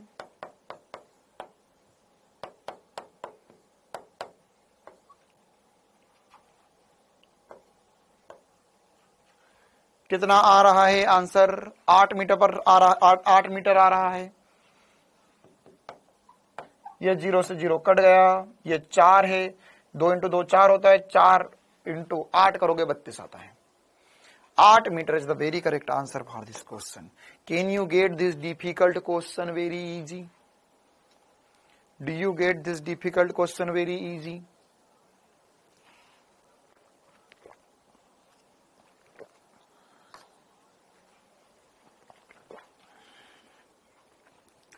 मामला चमकती सभी को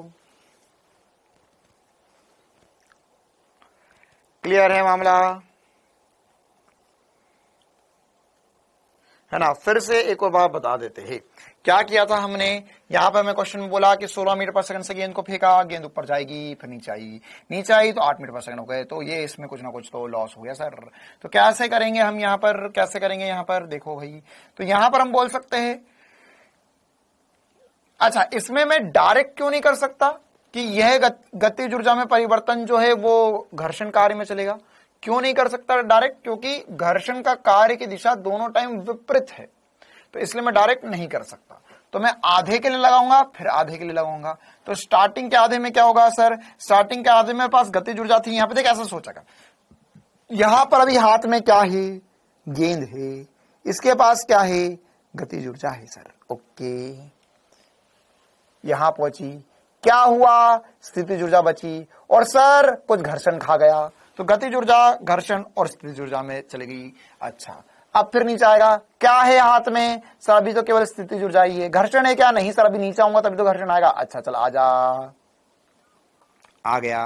ओके, अब क्या बचा सर? अब यहां पे स्थितिज ऊर्जा थी, स्थितिज ऊर्जा लिख दी। चल सर नीचे आ रहा था तो वायु ने बल लगा दिया मुझ पे, चल कोई बात नहीं, घर्षण में चली गई, वो वायु का घर्षण कार्य। और क्या बचा? सब कुछ गतिज ऊर्जा बची, ये लिख दी। बस ऐसा समझना है, क्या था किसमें चले गया। पवन कुमार, हवा के झोंके, ऐसी बात मत कर देना किसी दिन क्लास में। और एक चीते ने चीता स्टार बताया, सर आपने इतना सॉल्व क्यों किया? 16 - 8 करो, 8 आंसर आता है, कहानी खत्म हो गई। 16 - 8 करो, आ गया, कहानी खत्म, पैसा हजम। इतना सॉल्व करने की जरूरत ही नहीं थी क्वेश्चन में। तो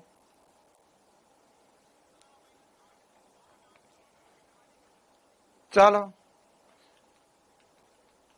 हमारे इधर एक कॉलेज में एक लड़का था, उसका नाम था समीर।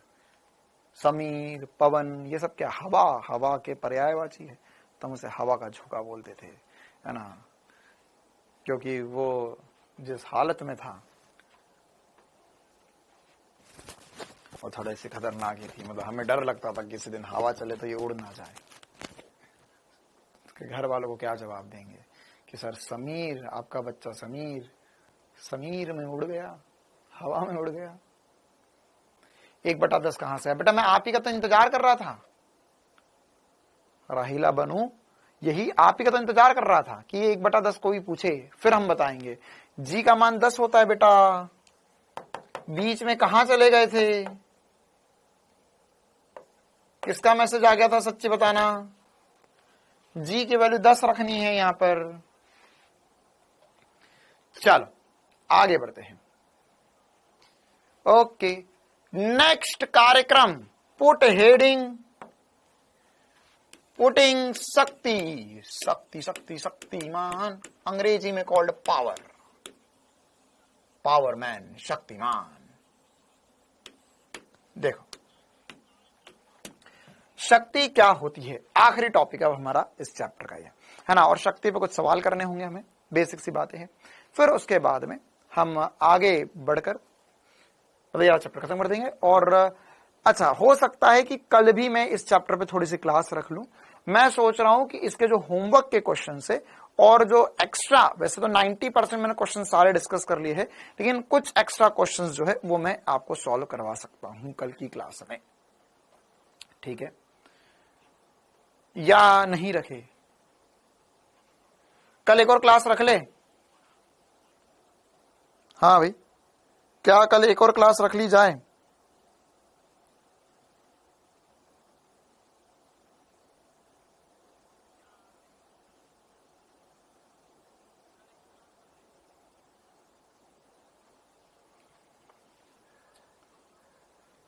चलो ठीक है। हाँ भाई, तो सबसे पहले शक्ति क्या होती है ये समझ लेते हैं हम। शक्ति शक्ति शक्ति, आसान सी बात है बिल्कुल ही, है ना। देखो अब चक्कर क्या है कि अगर आप प्रीवियस ईयर सवाल देखोगे तो आपको शक्ति से ज्यादा सवाल दिखेंगे। क्यों? शक्ति क्या है? शक्ति जो है वो कार्य करने की दर या ऊर्जा में परिवर्तन की दर होती है। ठीक है, दर मतलब डिवाइडेड बाय समय। तो अब अगर मान के चल तुझे किसी को कोई चाहता है तुझसे पूछना, देखो अब ये वही वाली बात है ना कि जितना नीचे उतरते जाओगे तो चीजों का उतना ज्यादा यूज बढ़ता जाएगा, और अगर उतना ज्यादा यूज बढ़ता जाएगा तो वो आखिरी वाली स्टेज होगी, उससे नीट में सवाल आता है।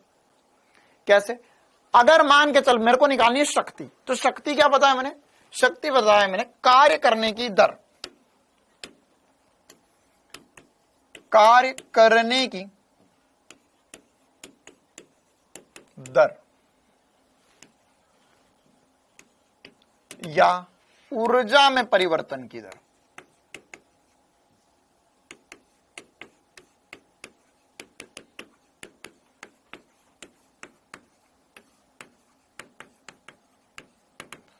ठीक है, तो इसका तात्पर्य क्या है? इसका तात्पर्य है सर कि अगर मैं पावर को P से चिन्हित करूंगा तो इससे लिख सकता हूं कार्य बटा समय या ऊर्जा में परिवर्तन बटा समय।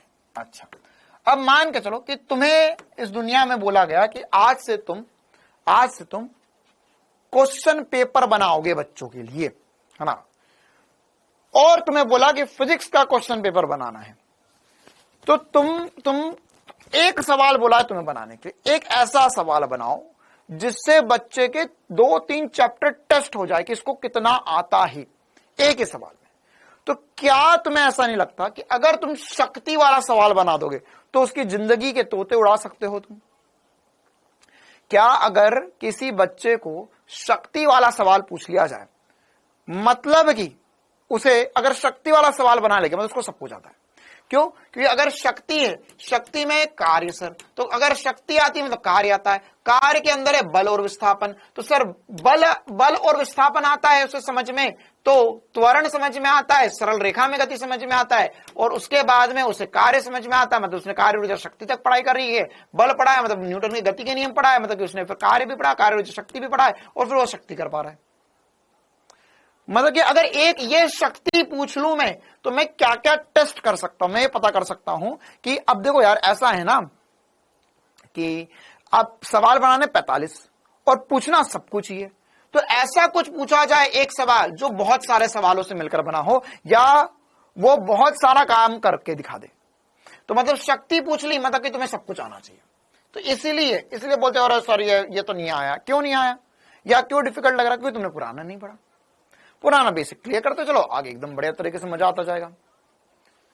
चलिए, तो अब शक्ति की बेसिक सी बातें हमने ये लिख ली। अच्छा, अभी पहले हम इसके मात्रक और विमा पर चर्चा कर लेते हैं, फिर इसमें और भी चर्चाएं करेंगे। देखो भाई, तो अभी अगर हम इसका मात्रक लिखें, यहां पर रुक जाओ, थोड़ी सी जगह छोड़ दो, या मेरे को पहले लिख लेने दो फिर आप लोग लिखना। मैं इसमें और भी नीचे फॉर्मूला लिखना चाहता हूं। अभी मात्रक और विमा क्या होगी पहले जल्दी से ये बता देते। मात्रक और विमा क्या होगी? देखो, मात्रक क्या होगा इसका? मात्रक होगा सर इसका जूल प्रति सेकंड, या जूल प्रति सेकंड को ही हम कहते हैं वॉट। क्या कहते हैं? वॉट, है ना, वॉट। देख रहे हो, मतलब कि हमारे हिंदी की जो मूवीज बनती है, बॉलीवुड की जो पिक्चरें बनती है, आप जो बोलचाल की आम भाषा होती है, वो उसमें भी कितना फिजिक्स कूट के भरा हुआ है ना। वो एक डालो ना, वाट लगा डाला, वाट लगा डाला, वाट लगा डाला, है ना। या ये लोग लड़ाई भी करते हैं तब भी इनके रगों में फिजिक्स दौड़ता है, तब भी एक दूसरे को बोलते हैं वाट लगा देंगे, वाट लगा दूंगा मैं तेरी, है ना, वाट लगा दूंगा। क्यों? मैं तुझे शक्ति दे दूंगा ना, मेरी शक्ति तेरे अंदर घुसा दूंगा। तो यह वाट लगा डाली, तो ये वॉट है ना। वैसे वाट बोलते हो तो बोलचाल की भाषा, लेकिन असली का होता है वॉट होता है, वॉट। अच्छा, अब एक वॉट क्या होता है? एक वॉट क्या होगा? एकदम आसान सी बात है सर। एक वॉट क्या बोल सकता हूं? यदि एक सेकंड में, यहां पर पहले एक वॉट को परिभाषित कर देते हैं। यदि एक सेकंड में 1 जूल कार्य होता है,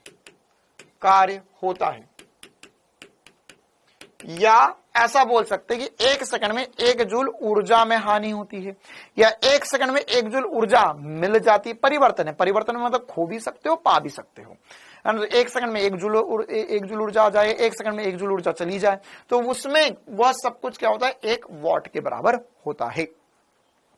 तो 1 जूल कार्य होता है, तब शक्ति 1 वॉट कहलाती है। तब शक्ति 1 वॉट कहलाती है। अच्छा सर, और क्या हो सकता है इसमें क्या इसके और अन्य मात्रक भी हो सकते हैं? बिल्कुल, इसके और अन्य मात्रक भी हो सकते हैं, छुटके से मात्रक। जैसे देखो, मेरे को बोला कि 1 वॉट जो है वह 1 जूल प्रति सेकंड है, ठीक है। तो यहां पर इससे ऊर्जा का एक और मात्रक बनाया जा सकता है। मैं 1 जूल को लिख सकता हूं 1 वॉट सेकंड। 1 वॉट सेकंड क्या मैं लिख सकता हूं? 1 जूल को लिख सकता हूं 1 वॉट सेकंड। ये सेकंड जरूर चले गया, और यहीं से मिलकर एक और मात्रक बना था। ऊर्जा की बात कर रहा हूं, अभी मैं ऊर्जा की बात कर रहा हूं।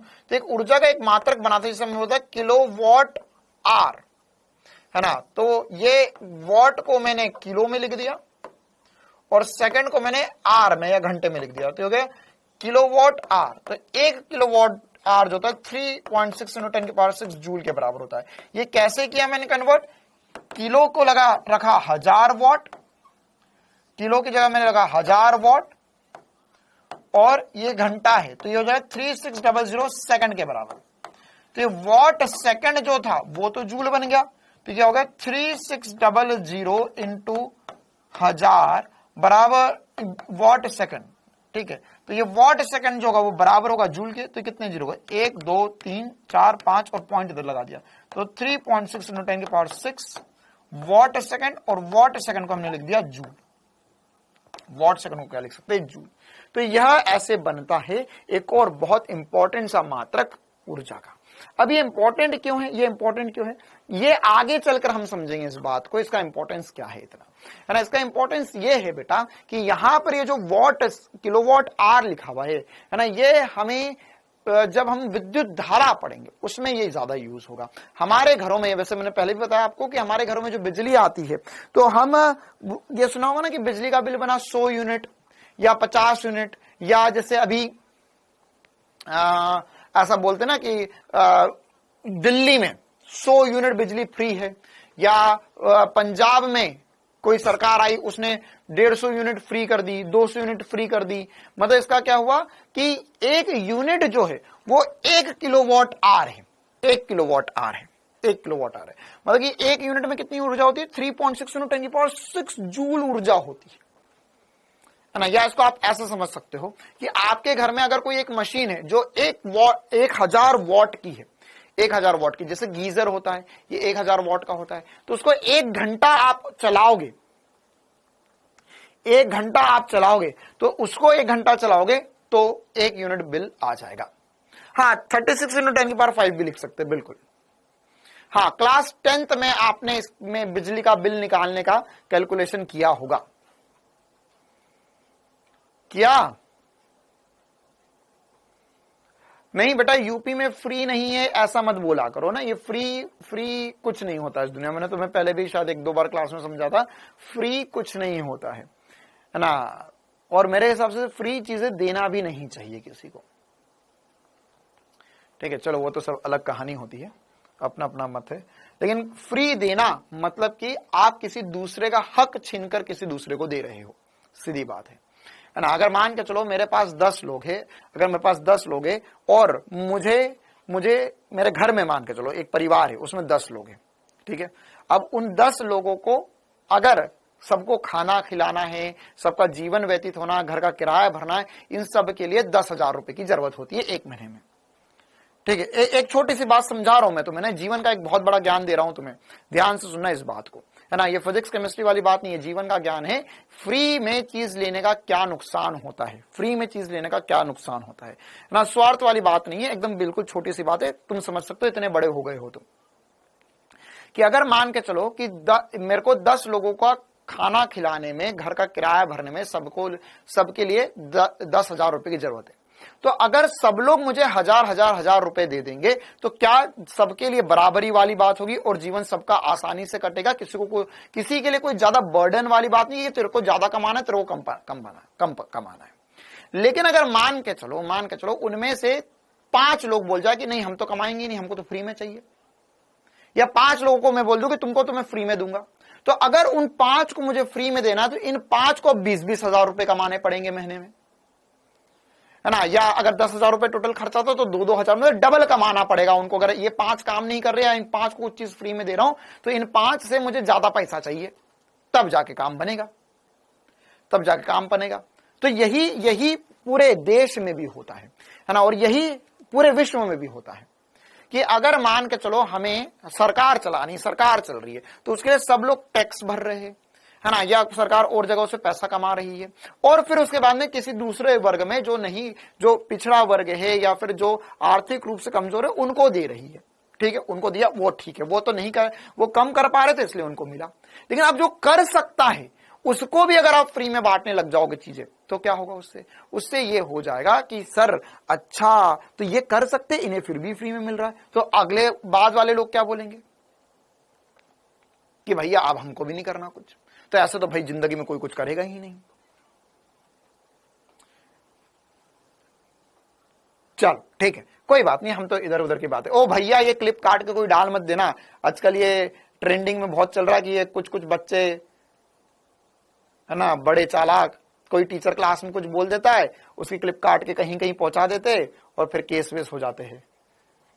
मैं भोला आदमी हूं, गरीब आदमी हूं, मेरा छोटा बच्चा है, मेरे घर में और भी परिवार वाले हैं, ध्यान रखना उनका भी। देखो यहां पर, हाँ भाई, तो यह 3.6 × 10⁶ वॉट सेकंड होता है। अब यहां पर, हाँ इसीलिए तो हमने स्क्रीन रिकॉर्डिंग भी बंद कर रखी है। अब यहां पर हम और क्या क्या कर सकते हैं, यहां पर हम शक्ति जो है उसे हमने कार्य बटा समय लिख दिया। अब इसमें अच्छा हाँ, मैं ये बता रहा था कि इसका एक और मात्रक क्या हो सकता है। तो इसका एक और मात्रक होता है जिसे हम बोलते हैं, इसमें मात्रक नंबर 1 हो गया, इसका एक और मात्रक होता है जिसे हम बोलते हैं अश्वशक्ति।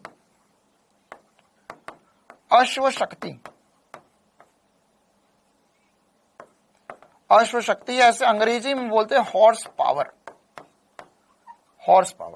या एक हॉर्स पावर या एक एचपी जो होता है वो 746 वॉट के बराबर होता है, 746 वॉट के बराबर होता है ना। ये हॉर्स पावर का क्या चक्कर है, हॉर्स पावर का क्या चक्कर है,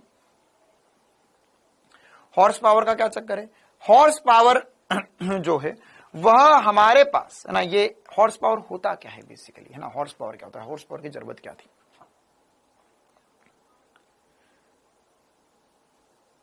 हॉर्स पावर क्या होता है, क्यों जरूरत थी। तो एक्चुअल में जूल वूल या वॉट वगैरह ये सब बाद में आया।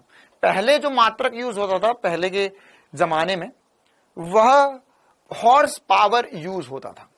क्या यूज होता था, हॉर्स पावर यूज होता था। हॉर्स पावर क्योंकि देखो, या अश्वशक्ति, क्योंकि पहले इंजन वगैरह नहीं बने थे इस दुनिया, सारा काम कौन करता था, मनुष्य और घोड़े, या उनके साथ अगले घोड़े होते थे, या जानवरों से करवाया जाता था। जैसे अगर एक स्थान से दूसरे स्थान पर जाना है तो घोड़ा गाड़ी होती थी, एक स्थान से दूसरे स्थान पर जाना है या फिर और भी कुछ करना है तो सबके लिए घोड़े होते थे। तो हर चीज के लिए घोड़ा होता था या घोड़ा अधिकतर कार्य करता था। तो उसमें एक हॉर्स पावर या एक अश्वशक्ति जो होता था, या हॉर्स से हम पावर को मेजर करते थे, और फिर उसके बाद में वॉट वगैरह बना, और फिर उसके बाद में इंजन वगैरह बने, तो वॉट एक स्टैंडर्ड मात्रक है। फिर हमें पता चला कि एक हॉर्स पावर जो होता है वो 746 वॉट के बराबर होता है ना। आप एक हॉर्स पावर को ऐसा समझ सकते हो कि अगर एक घोड़ा इसको परिभाषित कैसे करते हैं कि अगर एक घोड़ा 1 किलो भार को, है ना, 1 किलो भार नहीं आएगा यहाँ पर, mgh आएगा, तो ये हो जाएगा 74.6 किलो को उठा दे 1 मीटर तक 1 सेकंड में, तो उसकी शक्ति को 1 हॉर्स पावर बोलेंगे, है ना। वैसे उससे हमें ज्यादा कोई मतलब नहीं है। हमें तो ये बात फील अगर करना हो तो आप ये देख सकते हो कि आज भी, हाँ बेटा 740 होता है, लेकिन एग्जैक्ट वैल्यू 746 होती है, ठीक है। अप्रोक्सीमेटली से आप 740 कैलकुलेशन के लिए कभी यूज कर सकते हैं। अब यहां पर एक हॉर्स पावर या एक एचपी आपने जरूर सुना होगा, 1 HP जैसे मोटर, जैसे अगर मान के चलो आपके घर में ट्यूबवेल है या खेत में ट्यूबवेल बोरवेल करा हुआ हो, तो उसमें जो मोटर आती है वो HP में होती है, 4 HP, 5 HP, 10 HP की मोटर लगी हुई होती है। ट्रैक्टर वगैरह में या फिर गाड़ियों में भी आपने सुना होगा कि जो इंजन होता है उसकी पावर HP में दी जाती है। क्यों? क्योंकि ये एक्चुअल में कन्वीनियंट यूनिट है। अगर मैं बोल रहा हूं कि मेरे पास मोटर लगी हुई है मेरे पास 10 HP की, तो 10 HP बोलना आसान है, लेकिन 746 इंटू 10 मतलब 7460 7460 वॉट की मोटर लगी हुई है, यह बोलना थोड़ा सा मुश्किल हो जाता है, तो इसलिए आज भी HP का इस्तेमाल किया जाता है। चलिए, अब हमारे पास जो सवाल होंगे उनमें हमें क्या करना होगा, उनमें हमें इन फॉर्मूला का इस्तेमाल करना होगा। तो अब हम शक्ति को क्या क्या लिख सकते हैं, हम इसे लिख सकते हैं Fs बटे में T, ठीक है, या हम चाहे तो इसे लिख सकते हैं ऊर्जा। ऊर्जा हो सकती है गतिज ऊर्जा, गतिज ऊर्जा में परिवर्तन बटे में समय, कि कितनी गतिज ऊर्जा बदल रही है कितने समय में, वो शक्ति हो सकती है, या स्थितिज ऊर्जा में परिवर्तन बटे में समय, वो शक्ति हो सकती है। मतलब कोई भी ऊर्जा बटे में समय हम शक्ति लिख सकते हैं, ठीक है। इसी प्रकार से हम यहां पर इस फॉर्मूले से और भी बातें बनाएंगे अभी, लेकिन हम यहां पे स्थितिज ऊर्जा को हाफ mv² लिख सकते, और गतिज ऊर्जा को हाफ mv² और स्थितिज ऊर्जा को mgh लिखकर भी हम सॉल्व कर सकते हैं। क्लियर है मामला? सर बायो की क्लास 10 बजे से है क्या? नहीं बेटा, 10:30 बजे से है, 10:30 बजे से बायो की क्लास है आपकी। तो ये सारी बेसिक सी बातें आपको पता होनी चाहिए। अब आगे बढ़ते हैं हम, इसमें और भी कुछ छोटी छोटी सी बातें करते हैं। यहां पर ये देखो, अगर शक्ति का कोई क्वेश्चन आता तो आप आसानी से इन फॉर्मूले के बदौलत कर सकते हैं। अब हम आगे बढ़ते हैं और पावर और शक्ति में एक और मजेदार, पावर या शक्ति में एक और मजेदार बात समझते हैं। देखो, मैंने अभी तक जो फॉर्मूले लिखे थे वो P बराबर डेल्टा E बटे में T लिखा था। मैं चाहूं तो इसे DE बटे में DT भी लिख सकता हूं, या DW बटे में DT भी लिख सकता हूं, DW बटे में DT भी लिख सकता हूं, ठीक है। तो अब इन दोनों में अंतर क्या है, या इन दोनों में क्या क्या बातें समान है, या क्या कर सकते हैं हम। तो देखो, ये कब यूज करना है, क्या यूज करना है, कैसे यूज होगा। तो यहां पर अब हमारे पास शक्ति बटे में, ऊर्जा बटे में समय शक्ति है। तो अगर मैं पहले ये देखूं कि ये सदिश राशि अदिश राशि, तो सर मैं आसानी से बोल सकता हूं कि ऊर्जा बटे में समय है, तो ये सदिश राशि ही होगा, सदिश राशि ही होगा। क्यों सदिश राशि होगा? क्योंकि अदिश राशि ही होगा, एक्सट्रीमली सॉरी, अदिश राशि ही होगा, अदिश में या स्केलर होगा। क्यों स्केलर होगा सर? क्योंकि यहां पर इसमें यहां पर इसमें हम ऊर्जा लिखे तो ऊर्जा अदिश होता है, समय भी अदिश होता है, तो इसमें यहां पर अदिश राशि ही होगा। साथ ही साथ इसकी वीमा क्या हो जाएगी, तो क्या वीमा में डायरेक्टली लिख सकता हूं mL2T-3 इसकी वीमा होगी। क्यों? क्योंकि मैंने ऊर्जा बटे में समय कर दिया इसकी वीमा। अच्छा, अब हम वापस आते हमारे जो डिस्कशन चल रहा था उस पर, कि यह है ऊर्जा बटा समय, यह DU बटा DT, DE बटा DT या DW बटा DT। तो अब या DU बटा DT भी कर सकते हैं। तो इनमें क्या अंतर है? ये जो होता है ये औसत शक्ति कहलाता है। क्या कहलाएगा? औसत शक्ति या कुल शक्ति, एक तरीके से आप लिख सकते हो। और ये क्या कहलाएगा? ये कहलाएगा ताक्षणिक शक्ति, ताक्षणिक शक्ति, ठीक है, ताक्षणिक या किसी क्षण पर शक्ति। अब मैं इसमें और थोड़ा सा परिवर्तन करके चाहूं तो ऐसा लिख सकता हूं, यह हो जाएगा F.S बटे में DT, और यदि बल नियत होता है, F नियत होता है, यदि बल नियत हो तो क्या मैं इस बल को बाहर लिखा, मतलब बल समय के साथ परिवर्तित नहीं हो रहा, तो बल को बाहर निकाल कर लिख सकता हूं, P बराबर होगा F.ds बटा DT, और ds बटा DT क्या होता है बेटा? वेग होता है। तो F.V को मैं पावर लिख सकता हूं। क्या लिख सकता हूं? F.V को मैं पावर लिख सकता हूं। या मैं चाहूं तो इसे मैं FV cos थीटा भी लिख सकता हूं। क्या लिख सकता हूं? FV cos theta. क्या होगा? P बराबर FV cos थीटा के। हाँ, dx बटा dt भी लिख सकते हैं, वैसे हमने ds लिखा है तो s ही लिखा मैंने यहां पर भी, है ना। तो यहां पर हमने लिखा fv cos थीटा, मतलब फिर से वही वाली बात है कि f और v के मध्य अगर कोण 90 डिग्री हो जाता है कहीं पर, तो उस क्षण पे शक्ति शून्य हो जाएगी, उस क्षण पे शक्ति शून्य हो जाएगी। क्लियर है? तो ये शक्ति को लेकर बेसिक सी बातें हमने सीख ली। अब इस पर बेस्ड क्वेश्चन कैसे आते हैं? आसान से क्वेश्चन, जैसे आपको बोला कि एक सुंदर कन्या सीढ़ियां चढ़ रही है, तो बताओ भैया कितनी शक्ति लगेगी, तो वो ऊर्जा या mgh बटे में समय कर सकते हो। या इसके अलावा आपको ऐसे कुछ क्वेश्चन हो सकते हैं कि आपको यहां पर F दे दिया, ये नीट 2016 का सवाल है, F दे दिया है, और आपको यहां पर बोला है कि शक्ति क्या होगी किसी समय पर, है ना। F दे दिया है, अब आपको V निकालना होगा। F और V निकाला जा सकता है ना, कैसे निकाल सकते हैं? एक और बात यहां बेसिक में ही समझा ही देता हूं आपको। आप चाहो तो ऐसा भी लिख सकते हो इस चीज को, सर V कैसे निकलेगा, तो V कैसे निकलता है, तो अगर मेरे पास F दिया तो F को मैं लिख सकता हूं ma, तो F बटा m को मैं a लिख सकता हूं।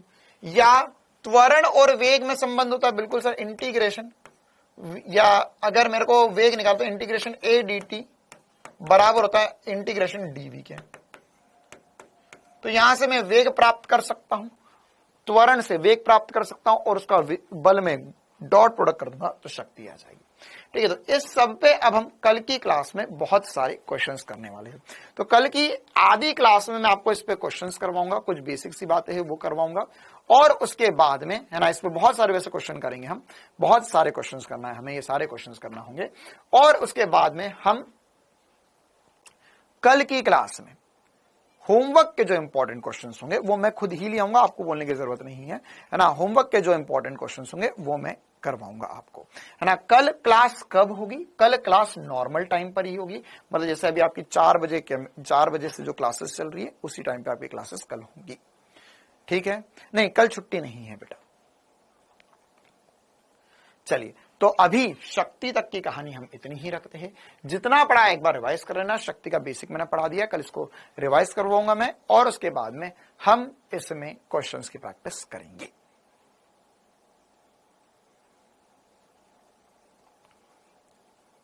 चलिए, तो जितना पढ़ाया रिवाइज कर लेना, मिलते हैं हम कल। Thank you, ta-ta, bye bye.